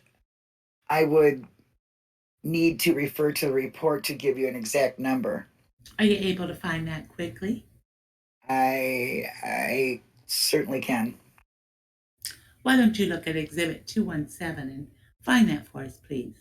His math score was what? Math reasoning was 102, math calculation skills 100. Okay. And is that scored on the same basic score? That is, anywhere between 90 and 110 is considered average? Correct. Now, what's the difference between math and math reasoning?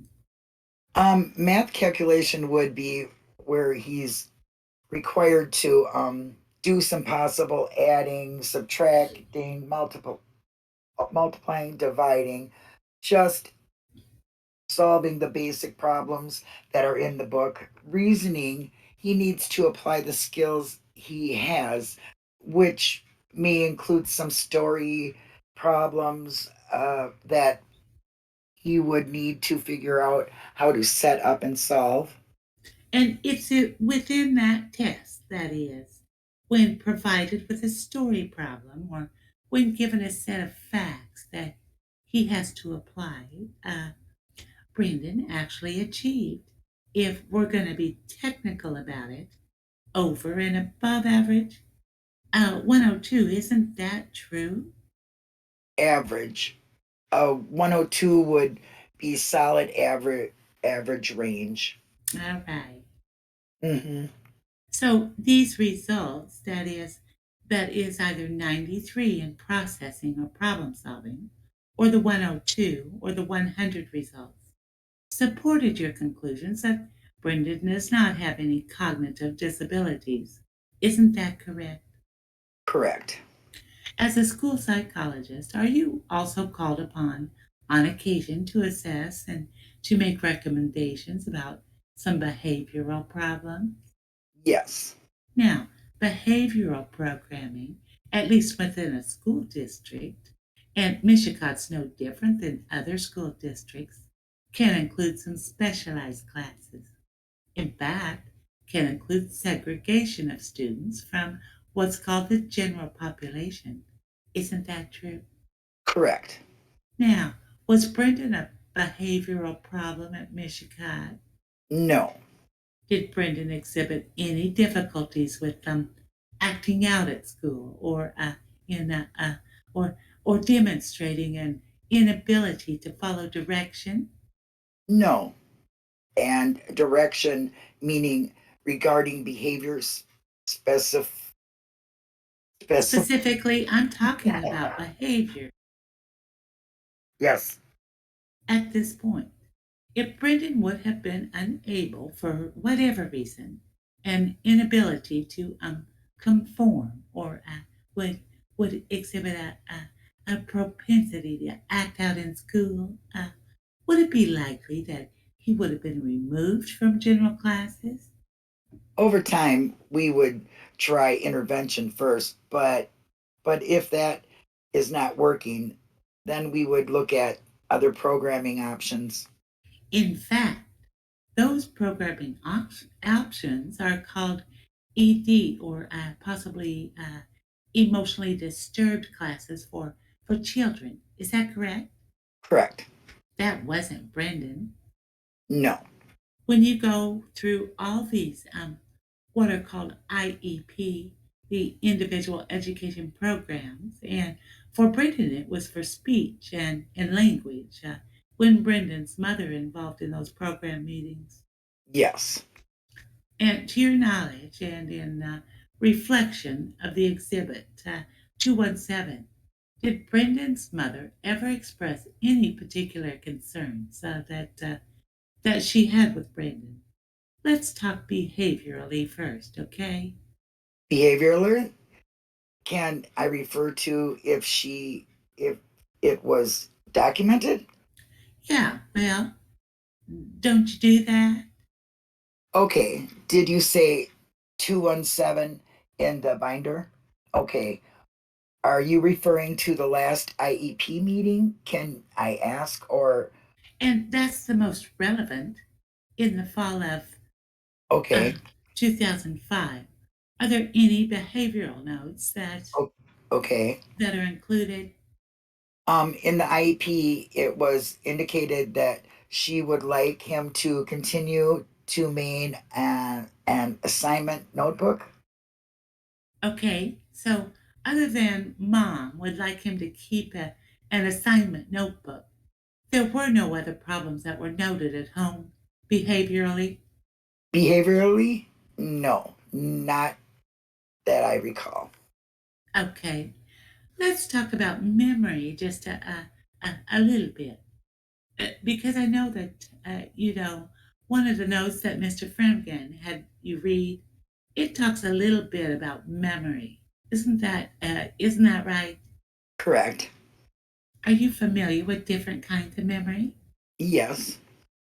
Are you familiar that there is a difference sometimes between something that is called event memory, that is, when somebody actually goes through an event and they remember it when they've lived through something, that they remember that differently than, say, when a teacher reads them a story or when they learn something in class.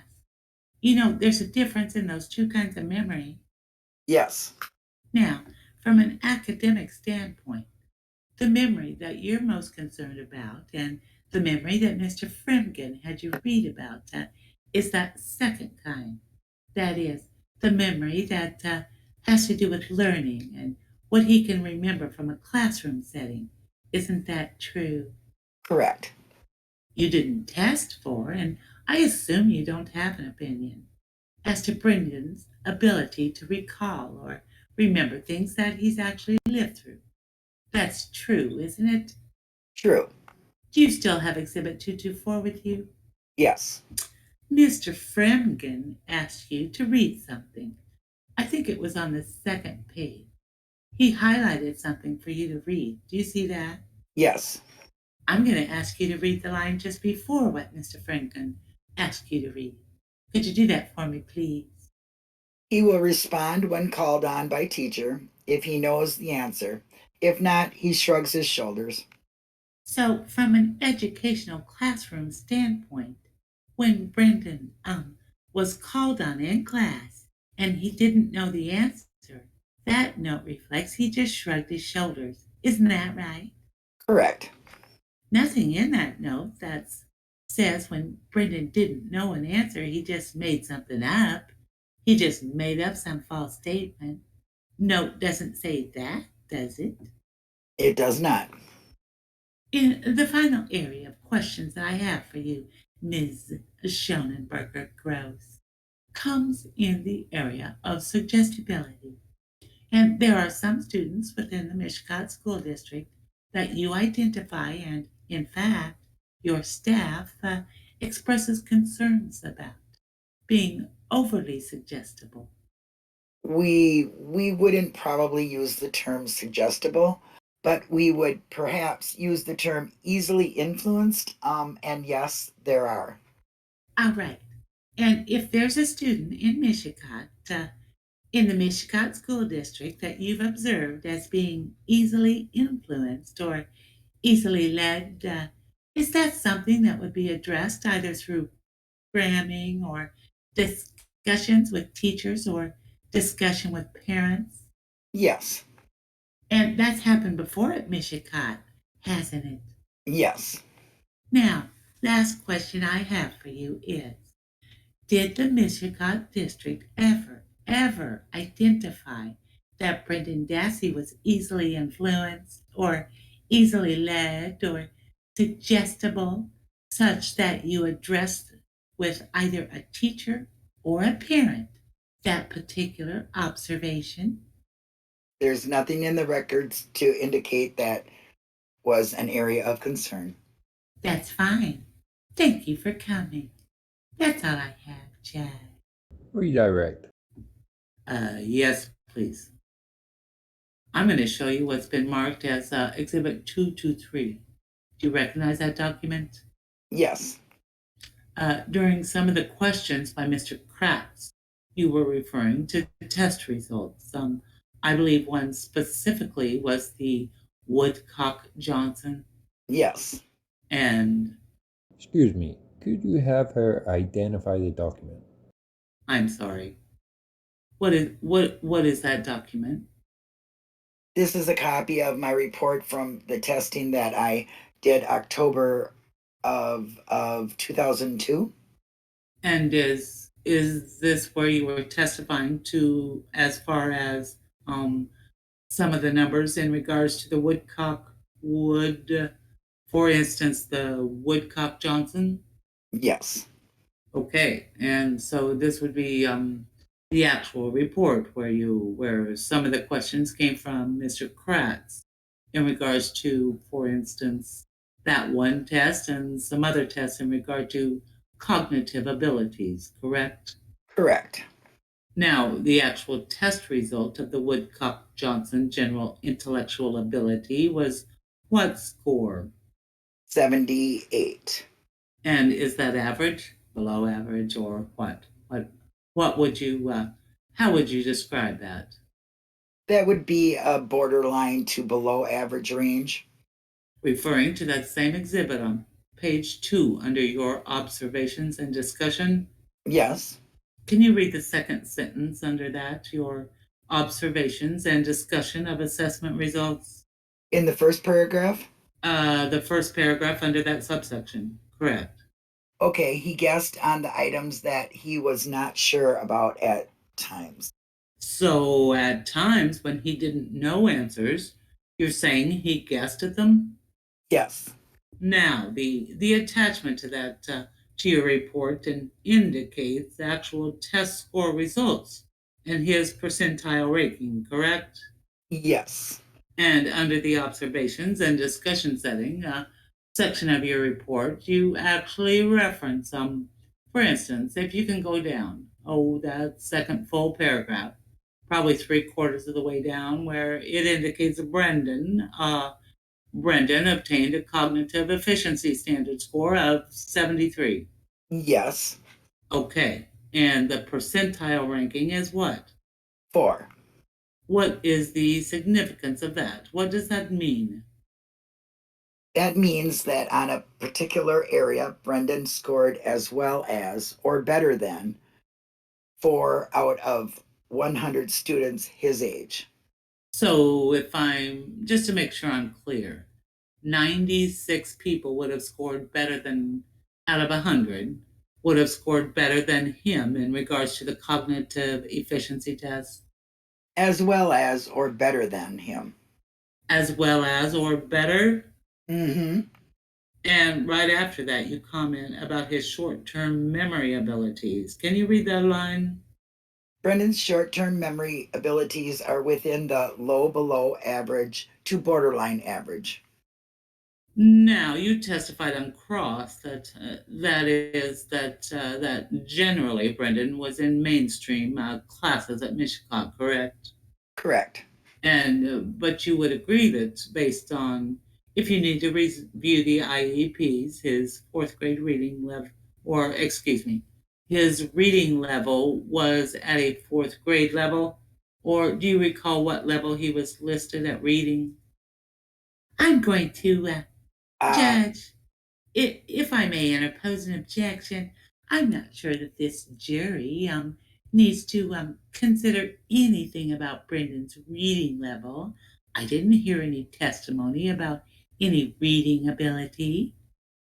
The state that talked about math level. I think I can go We into that. Yeah, I'm going to overrule objection. We've heard a lot, and the state put some of it in. Well, I'll overrule the objection, and she can answer the question. Thank you. And if you need to refresh I your recollection, would need to refer to I believe something. it would be the first. Well, let me get the number for you. You should have the exhibit up there. It's a separate exhibit from 217. I believe it's the September 29, 2005 IEP. I believe that is exhibit 218. Yes. Okay, and I believe if you refer again to page I.11. Yes. Okay, does it indicate what reading? Brendan is currently reading at the end of fourth grade level. And what grade level was he in at that time? 10th grade. I have nothing else. Any recross. That's all I have. Thank you, Judge. You may step down. Thank you. Your next witness, counsel. Yes, Judge. We'll call BLAINE Dassey. I showed this witness testify with respect to exhibits 217 to 221 and 223 and 224. Was there a 222? I could withdraw. Well, I didn't actually offer 222. No, that was another exhibit. All right. Are you offering these at this time? Yes, we would offer those exhibits at this time. Any objection? For the reasons they were used. No, Judge. Okay. And they're received for that. Come on up here and just remain standing. You're going to be sworn in as a witness. Please raise your right hand. Please be seated. Please state your name and spell your last name for the record. BLAINE Dassey, Dassey. BLAINE, how old are you? 18, And are you currently in school? yes. What school do you go to? Mishicot High School. Where do you live with? Who do you live with right now? My mom, Barb. Anyone else live in the house with you? Yeah, Scott Taddick. And who's Scott? He's my stepdad. Now, do you recall who was living with you on October 31, 2005? Yes. Can you tell us who was all living there? My mom, Tom, Yonda, and me, Brendan, Bobby, and Brian. Now, you've mentioned Brendan. Do you recognize Brendan? Yes. Right here, that's your brother, right? Yes. Okay. He's a year younger than you? Yes. Do you recall? Again, I asked if you recall where you lived on October 31, 2005, but do you recall the events of that day? Yes. And I'm going to have you think about that day and answer some questions, all right? Yeah, okay. Were you in school that day? Yes. Now, normally, what time do you get home from school? 3:45. What time did you get home on that day? 3:45. Was this a normal day for you then? Yes. Did you come home with anyone in particular? No. Does anyone else ride the bus with you? No. No one else on the school bus? Except for Brendan. Except for Brendan? Okay. And did Brendan come home with you that day as well? Yes. What did you guys do when you got off the bus? We walked down the long road. The long road? Yeah. Okay, so The I'm sorry. the road that our house is on. Okay, so does the bus doesn't drop you off in front of your house? No. Drops you off about how far away? About a half a mile. How long does it take you to get to your house to get from your house to where they drop you off? About 4 minutes, 3 minutes. Now, on that day, did you take about 3 or 4 minutes to get home that day? Yes. As you were walking with Brendan, did you notice anything? No. Did you guys talk about anything on the way from the bus stop to the house? Yes. What'd you talk about? About using the phone or computer. Why did you guys talk about using the phone or the computer? I don't know, 'cause that's all we do. Something to talk about? Yeah. Do you have just one phone and one computer? Yes. Can't both be on at the same time. No. When you got into the house, who got to use the phone? I did. What did you do? I called my friend Jason And why did you call Jason? because we were going to go trick-or-treating. So this was Halloween, right? Yes. So did Brendan plan on going trick-or-treating with you? No. Was anyone else home when you got home? When you and Brendan got home? No. Now, you said that you have a brother at that time that lived with you as well, Yes. and that was Bobby. Bobby.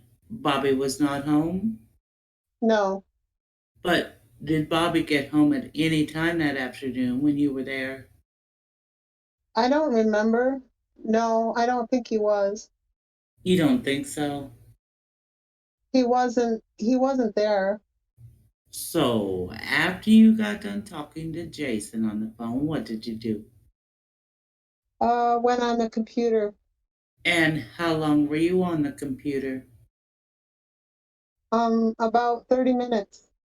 Now, do you know where Brendan was during this time period? Yes, he was playing with the video games.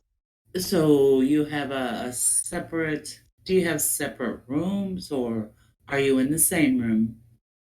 We're in the same room. So the computer is the same room as the TV room or the video room?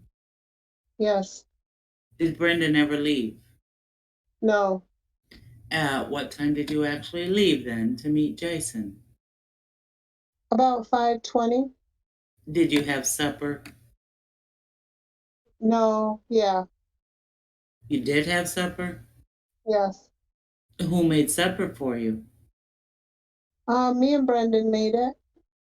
Between 3:45 when you left and when you left at 5:20, did you ever see Brendan leave the house? No. Were you watching him all the time? Yes. You keep track of your brother that way? Yeah. You do? Okay. Now, you guys close? Would you say you're close? Yes. Did you notice from about October 31, 2005 until March of '06 whether Brendan was losing weight? Yes. Did you guys talk about that? Yes. Do you know why he was losing weight? Because everybody he knew would make fun of him because he's fat and stuff. So he wanted to lose weight so no one would would make fun of him.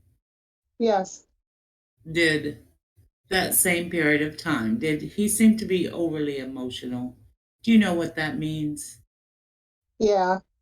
Would you, did he appear to be overly emotional? Yes. He did. Did he cry a lot? Not really. He was just sad and stuff. Okay. Now, is that normally Brendan's character to be a little sad? I don't know. He was shy. He doesn't talk a lot. To other people? Yeah. And what about you? I don't think I don't know. Now, I asked you earlier if you ever saw Brendan go leave the house until you left to go meet Jason at 5:20.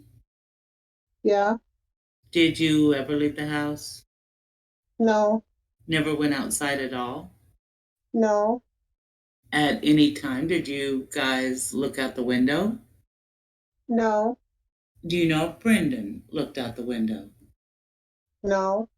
You mean you don't know if he did or he didn't look out the window? No, he didn't. He was playing his video games. Did Stephen Avery, you know who Stephen Avery is, right? Yes. And who is he? He's my uncle. And how far away does he live from you? He's our neighbor, like right across. Pretty close or Yeah. miles? Pretty close. Pretty close. Couple 100 feet maybe? Yeah. Did he ever come over to your house Yeah. between 3:45 and No. 5:20 that day? No. Did anyone come over to your house at No. that day? No. Now, what time did you get home that night? About 11. About 11. Yeah. Did you see Brendan when you got in? Yes. Where was he? He was in his bed. Thank you, Blaine. I have nothing else. Cross. Blaine, do you remember testifying in the trial of Stephen Avery? Yes.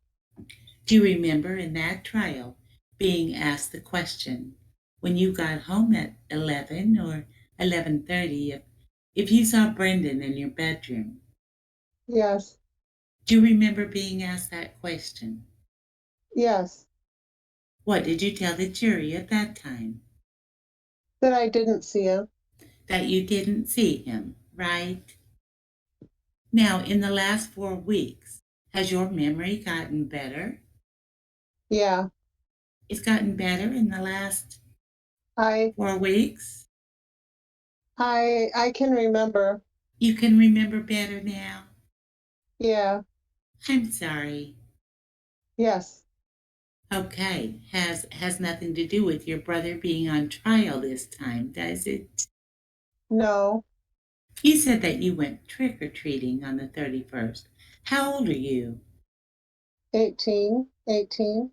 Could you pull that microphone a little closer, please? Yes. Thank you, Blaine. On October 31st, 2005, how old were you? 17. And who, at that age, 17, were you going trick-or-treating with? My friend Jason and his little brothers. Where were you going trick-or-treating? Two Rivers, Manitowoc. Now, in that community, that is in Two Rivers, trick-or-treating is on actually Halloween Day. Is that right? Yes. Are you familiar with communities that have trick-or-treating perhaps the day earlier, on Sunday, the day before? Yes.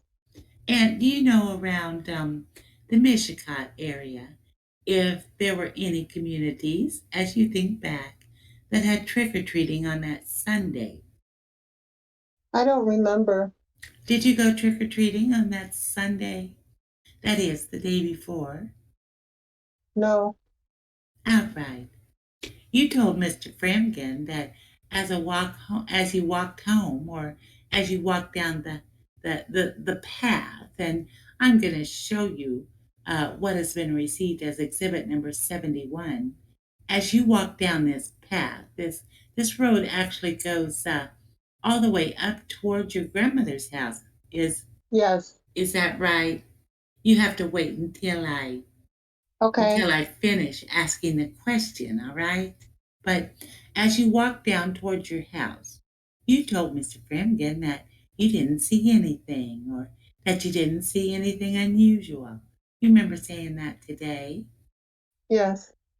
As you think back now, do you now remember something that you saw before you went into the house? Yeah. Why don't you tell the jury what you saw? I seen Stephen Avery walking to the burn barrel with a plastic bag in his hand, and he dropped it in there. And Stephen Avery's your uncle, is that right? Yes. Now, when Stephen Avery, you said was walking towards a barrel, I'm going to again have you look at exhibit number 71, Blaine, and show you what is just kind of to the center and to the right of that exhibit, what looks like a burn barrel. Is that the burn barrel that you're talking about? Yes. Well, when you saw your Uncle Stephen taking something and putting it in that burn barrel, did you notice that that burn barrel was burning? That is, Yes. was it on fire? Yes. Yes, it was already burning. Yes. And when you told this jury that you saw him walking toward the burn barrel, did you see him walking from his trailer toward that burn barrel? Yes. You said that you saw him put something in it. After putting something in that burn barrel, where did your Uncle Steve go? I think he went back to his house. Did you see him turn around and go back to his trailer? Yes. All right.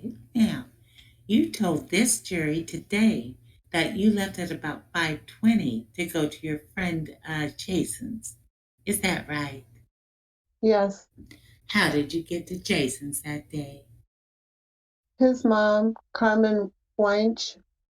His mother's name is Carmen, Yeah. and her last name is Weinsch. Is that Yes. right? Wiensch. Yes. Is that right? Okay. Now, where did she pick you up? At the end of where the bus drops us off. So you had to walk away from your trailer, which is on exhibit number 71 here, back up that road for Mrs. Weinsch to pick you up. Yes. Is that right? You have to wait until I'm done asking the question, okay? Okay. Now, did she pick you up at 5:20, or did you leave your house at 5:20? She picked me up at 5:20. So is it fair to say that you left your house sometime before that? Yeah. Now, you're telling us today that you got home at about what time? 11. When you got home at about 11, why don't you tell the jury what you saw before you walked into your trailer? I seen a person standing out by the bonfire. Now, up until now, we haven't heard about you seeing a bonfire. Why don't you tell us about that? Say that question over. Sure. Why don't you tell the jury about the bonfire that you saw? It was about 5 foot high. All right. Can you tell the jury where you saw that bonfire? Behind Stephen's garage. All right. I'm going to have to look at exhibit number 71 again. And this dark area right to the left of the screen, is that the area that you saw that fire? Yes. Now, when you came walking into your house, were there any obstructions to your view of that bonfire? In other words, Was there anything that blocked your view between you and that fire? No. You're telling this jury that you saw somebody standing by that bonfire. Yes. Is that right? You have to wait until I'm done asking the question. Were you able at that time to identify who it was who was standing by that bonfire? Yeah, it was a bigger guy. A bigger Steven. guy? Steven's size. Steven's size? Yeah. All right. Again, do you remember about 4 weeks ago being asked that same question? Yes. What did you tell the jury about 4 weeks ago? That I said that I didn't know who was standing out there. All right, but after talking to Mr. Fremgen and after being called in your brother's case, you now think it was a bigger guy, somebody like Stephen. Is that Yes. right? Objection to the question. There is no evidence that this witness talked about. Aye. I can ask it a different way. Please do. Aye. And I direct the jury not to take notice of that question. That's fine. Let me ask you this, Blaine. Between that hearing, the Stephen Avery trial, and today, did you in fact talk to Mr. Fremgen? No. You haven't talked to Mr. Fremgen or Mr. Edelstein? No. So there hasn't been any conversation at all between you and them, is that right? No. All right. Between that hearing, though, and today, you agree that your testimony is different, is that true? I'll be more specific if you want me to be. Yeah. About the person that you saw out by the fire that night, yes? Yes. And your testimony's different as to whether or not your brother, Brendan, was home. That's different than it was 4 weeks ago, right? Yes. You said that you ate at home that night, that is, in your trailer. Is that your testimony? Yes. Do you remember on the 7th of November, that's like a year and a half ago, being interviewed by 2 agents of the Division of Criminal Investigation? Yes. Do you remember telling or being asked by those agents where you ate dinner that night? Yes. Do you remember what you told those agents that night?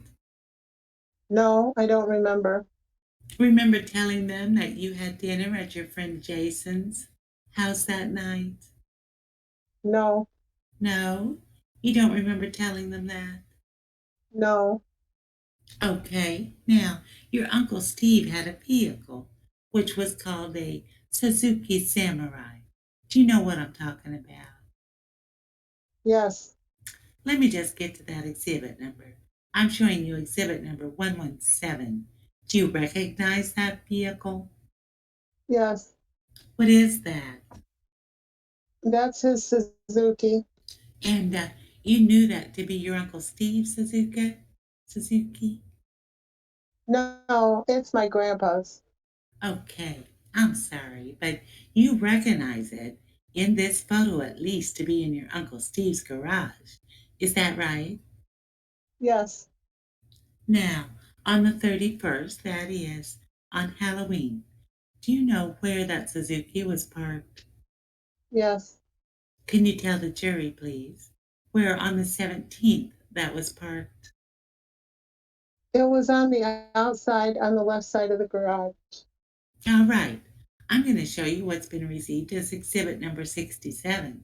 And although in that photo we see it backed into the garage, the 31st, that is, on the Halloween when you got home, you remember seeing that Suzuki outside of the garage to the left, or what would be to the east of your Uncle Steve's garage. Isn't that right? Yes. Now, do you know how that Suzuki Samurai got put into your Uncle Stephen's garage and when that happened? No. You know that it was just sometime after Halloween. That is, after the 31st? Yes. Is that right? Okay. When you left at 5 o'clock, Blaine. I'm sorry, sometime before 5:20. I guess you didn't say 5. You said sometime before 5:20. Remember seeing a fire behind Steve's garage even then? Even a little after 5? No. Did you look? In other words, uh, do you know if there was fire or did you just not see it? No, I didn't look. I didn't see it. That is two different answers. Did you look? No. Okay. If I could just, if I could have just a moment, Judge. I have no further questions. Judge, thank you. And you redirect. Please. When Mr. Kratz was asking you some questions, you said that you had seen Stephen, your uncle Stephen, dropping a bag into a burn barrel, correct? Yes. And he showed you the picture, and you agree that that was the burn barrel, correct? Yes. Now, when was this? When did you see him dropping the bag into the burn barrel? When we were walking down the driveway. And by we, who are you? Who do you mean? Me and Brendan. So you and Brendan were walking down back from the school bus Yes. sometime after 3:45. Yes. You indicated that Jason's mom picked you up about 5:20. Yes. But that would have been down by where the bus drops you off and picks you up. Yes. And you said it takes about how long to get down that road? 3 or 4 minutes. So you would have left sometime 3 or 4 minutes before 5:20? Yes. Mr. Kratz was asking you if you recalled speaking to law enforcement on November 7th, correct? Of Yes. 2005, correct? Yes. I know that's a long time ago, but you and he indicated to you that your answers seem to be different from back then, correct? Yes. And do you agree that some of your answers are different? Yes. Do you recall telling law enforcement back then that you actually got home between 9:30 and 10 that night? No. You don't recall saying that? Do you recall saying you actually saw Brendan when you came home that night? Yes. Okay, and that was on November 7th to law enforcement? Yes. Okay, thank you. Nothing else, Judge. I have nothing. Thank you, Judge. You may step down. I do have one more witness if it should be very short. Very good. You may call that witness. Please raise your right hand. Please be seated. Please state your name and spell your last name for the record. It's Michael or Mike KORNELY, KORNELY. Mike, what do you do for a living? I work as a sales manager for a company out of Milwaukee, and I also do some yard work as an extra job. And do you generally live in the Manitowoc Two Rivers area? Yeah, I live in Francis Creek. Are you familiar with Brendan Dassey? Yes. And how do you know Brendan? Brendan is Blaine. He works for me currently, and Blaine's brother, and Brendan worked for me for a period of time. And how long have you known Brendan? About 3.5 years. Would you be able to, well, for instance, hypothetically, would you have called him on the phone? Would you be able to recognize his voice? Yeah. Now, do you recall where you were on October 31 of 2005? I was in Birmingham, Alabama. On that night or at some point in On October 31, 2005, did you contact the Dassey residents? Yes, I did. By that, I mean, did you call them? Yeah, I called to talk to Blaine to see if he was going to come to work on the following weekend because we hadn't worked with me the weeks before, the 2 weeks before. Said that he was putting on a roof on one of his uncle's cottages up north, and it was working with Stephen. And do you recall what time it was that you called? It was around 6. I think it probably was about between 5:45 and maybe 5:50. I think it was before 6. Did you speak with Blaine? No, I spoke with Brendan and asked him if Blaine was there, and he said no, that he went trick or treating. And I kind of was taken aback. I said, well, he can't be trick or treating. He's 17. And then he told me that he had taken his friend Jason, 2 brothers, and they went trick or treating together. How long did the conversation between you and Brendan take place? Somewhere around probably 5 minutes. And do you recognize that voice on the other line as Brendan? Oh, yeah, yes. I have nothing else for this witness. Cross. Good morning, sir. Good morning. How long, Rick, have you been in Birmingham, Alabama? My name is Mick, but I got there on Monday, and I was there until Thursday. And did you call from? I'm sorry. Were you saying staying at a hotel or something? Yeah, I was staying at the Sheraton, the Marriott Courtyard. And did you call from the hotel phone, or did you have a cell phone, or what? I don't exactly remember that. I'm quite sure it was my cell phone. And at any time since the day that you made that call, did anyone ask you to check your cell phone records for the exact time of that call? I think Brendan's first attorney asked me if I had a record for it. And do you have a record for the time that you made that call, sir? I didn't find the telephone call on my Sprint record, which means I could have made it through the hotel operator. Sometimes my phone goes dead at the end of the day, and I could have made it through the hotel. I honestly wish I could recall. I just can't.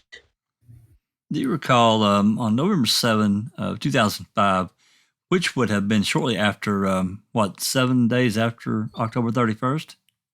Uh-huh. Where two agents did come to your home to talk to you, talk to Blaine? Yes. And do you recall telling those agents that you thought the call may have been around 5:30? I don't remember that. That is possible. I thought it was 5:30, but I got back to the hotel and maybe the call, and it could have been between 5:30 and 6. And for that fact, it could have been between 5:15 and 6:15. I'm just asking you, sir. Yes, it could have been because my day usually ends sometimes around there, and by the time I get back to the hotel, it might be after 5. So you sometime after, it was sometime after 5, though. Is that fair to say? Yes, I thought Brendan told me that he left about 5:10 or something, so I would have already missed Blaine then. So because Blaine wasn't there for me to talk to him. So the call could have been at 5:15 for all, as you recall. Is that fair to say? Yeah, it's possible. Okay. It is possible. All right. Thank you, sir. Thank you for coming today. That's all I have, Your Honor. Any redirect. I just have one question in follow up to Mr. Gahn. Asked you about meeting with law enforcement as to that time frame when you made that phone call, correct? You had. Yeah. Remember that? Yeah. conversation? And you said, or the question was asked of you, do you recall telling them it was 5:30? And you said, maybe. Yeah, it seemed closer to 6 because, I would end my day probably around 5. I wish I could recall, and I don't. But I thought it was closer to 6 because what Brendan had said to me is, well, Blaine had already left by around about 10 after 5 or so. And so this seemed like, it was a while, like he was gone almost an hour already. So it was some time after Blaine had left, as far as you recall from the conversation. Yes. And do you recall telling law enforcement it was 5:30 or 5:45? That was the time frame you gave to them originally? It's possible I could have told them that. I could be off like that. Okay, thank you very much. Any recross? No, Your Honor. You may step down. Thank you. That's the last witness for today that we have available. All right, then we will adjourn until Monday morning at 8:30. Ladies and gentlemen, once again, don't talk about this amongst yourselves or anything about this case or to anyone else. Thank you. Have a nice weekend. We'll see you Monday.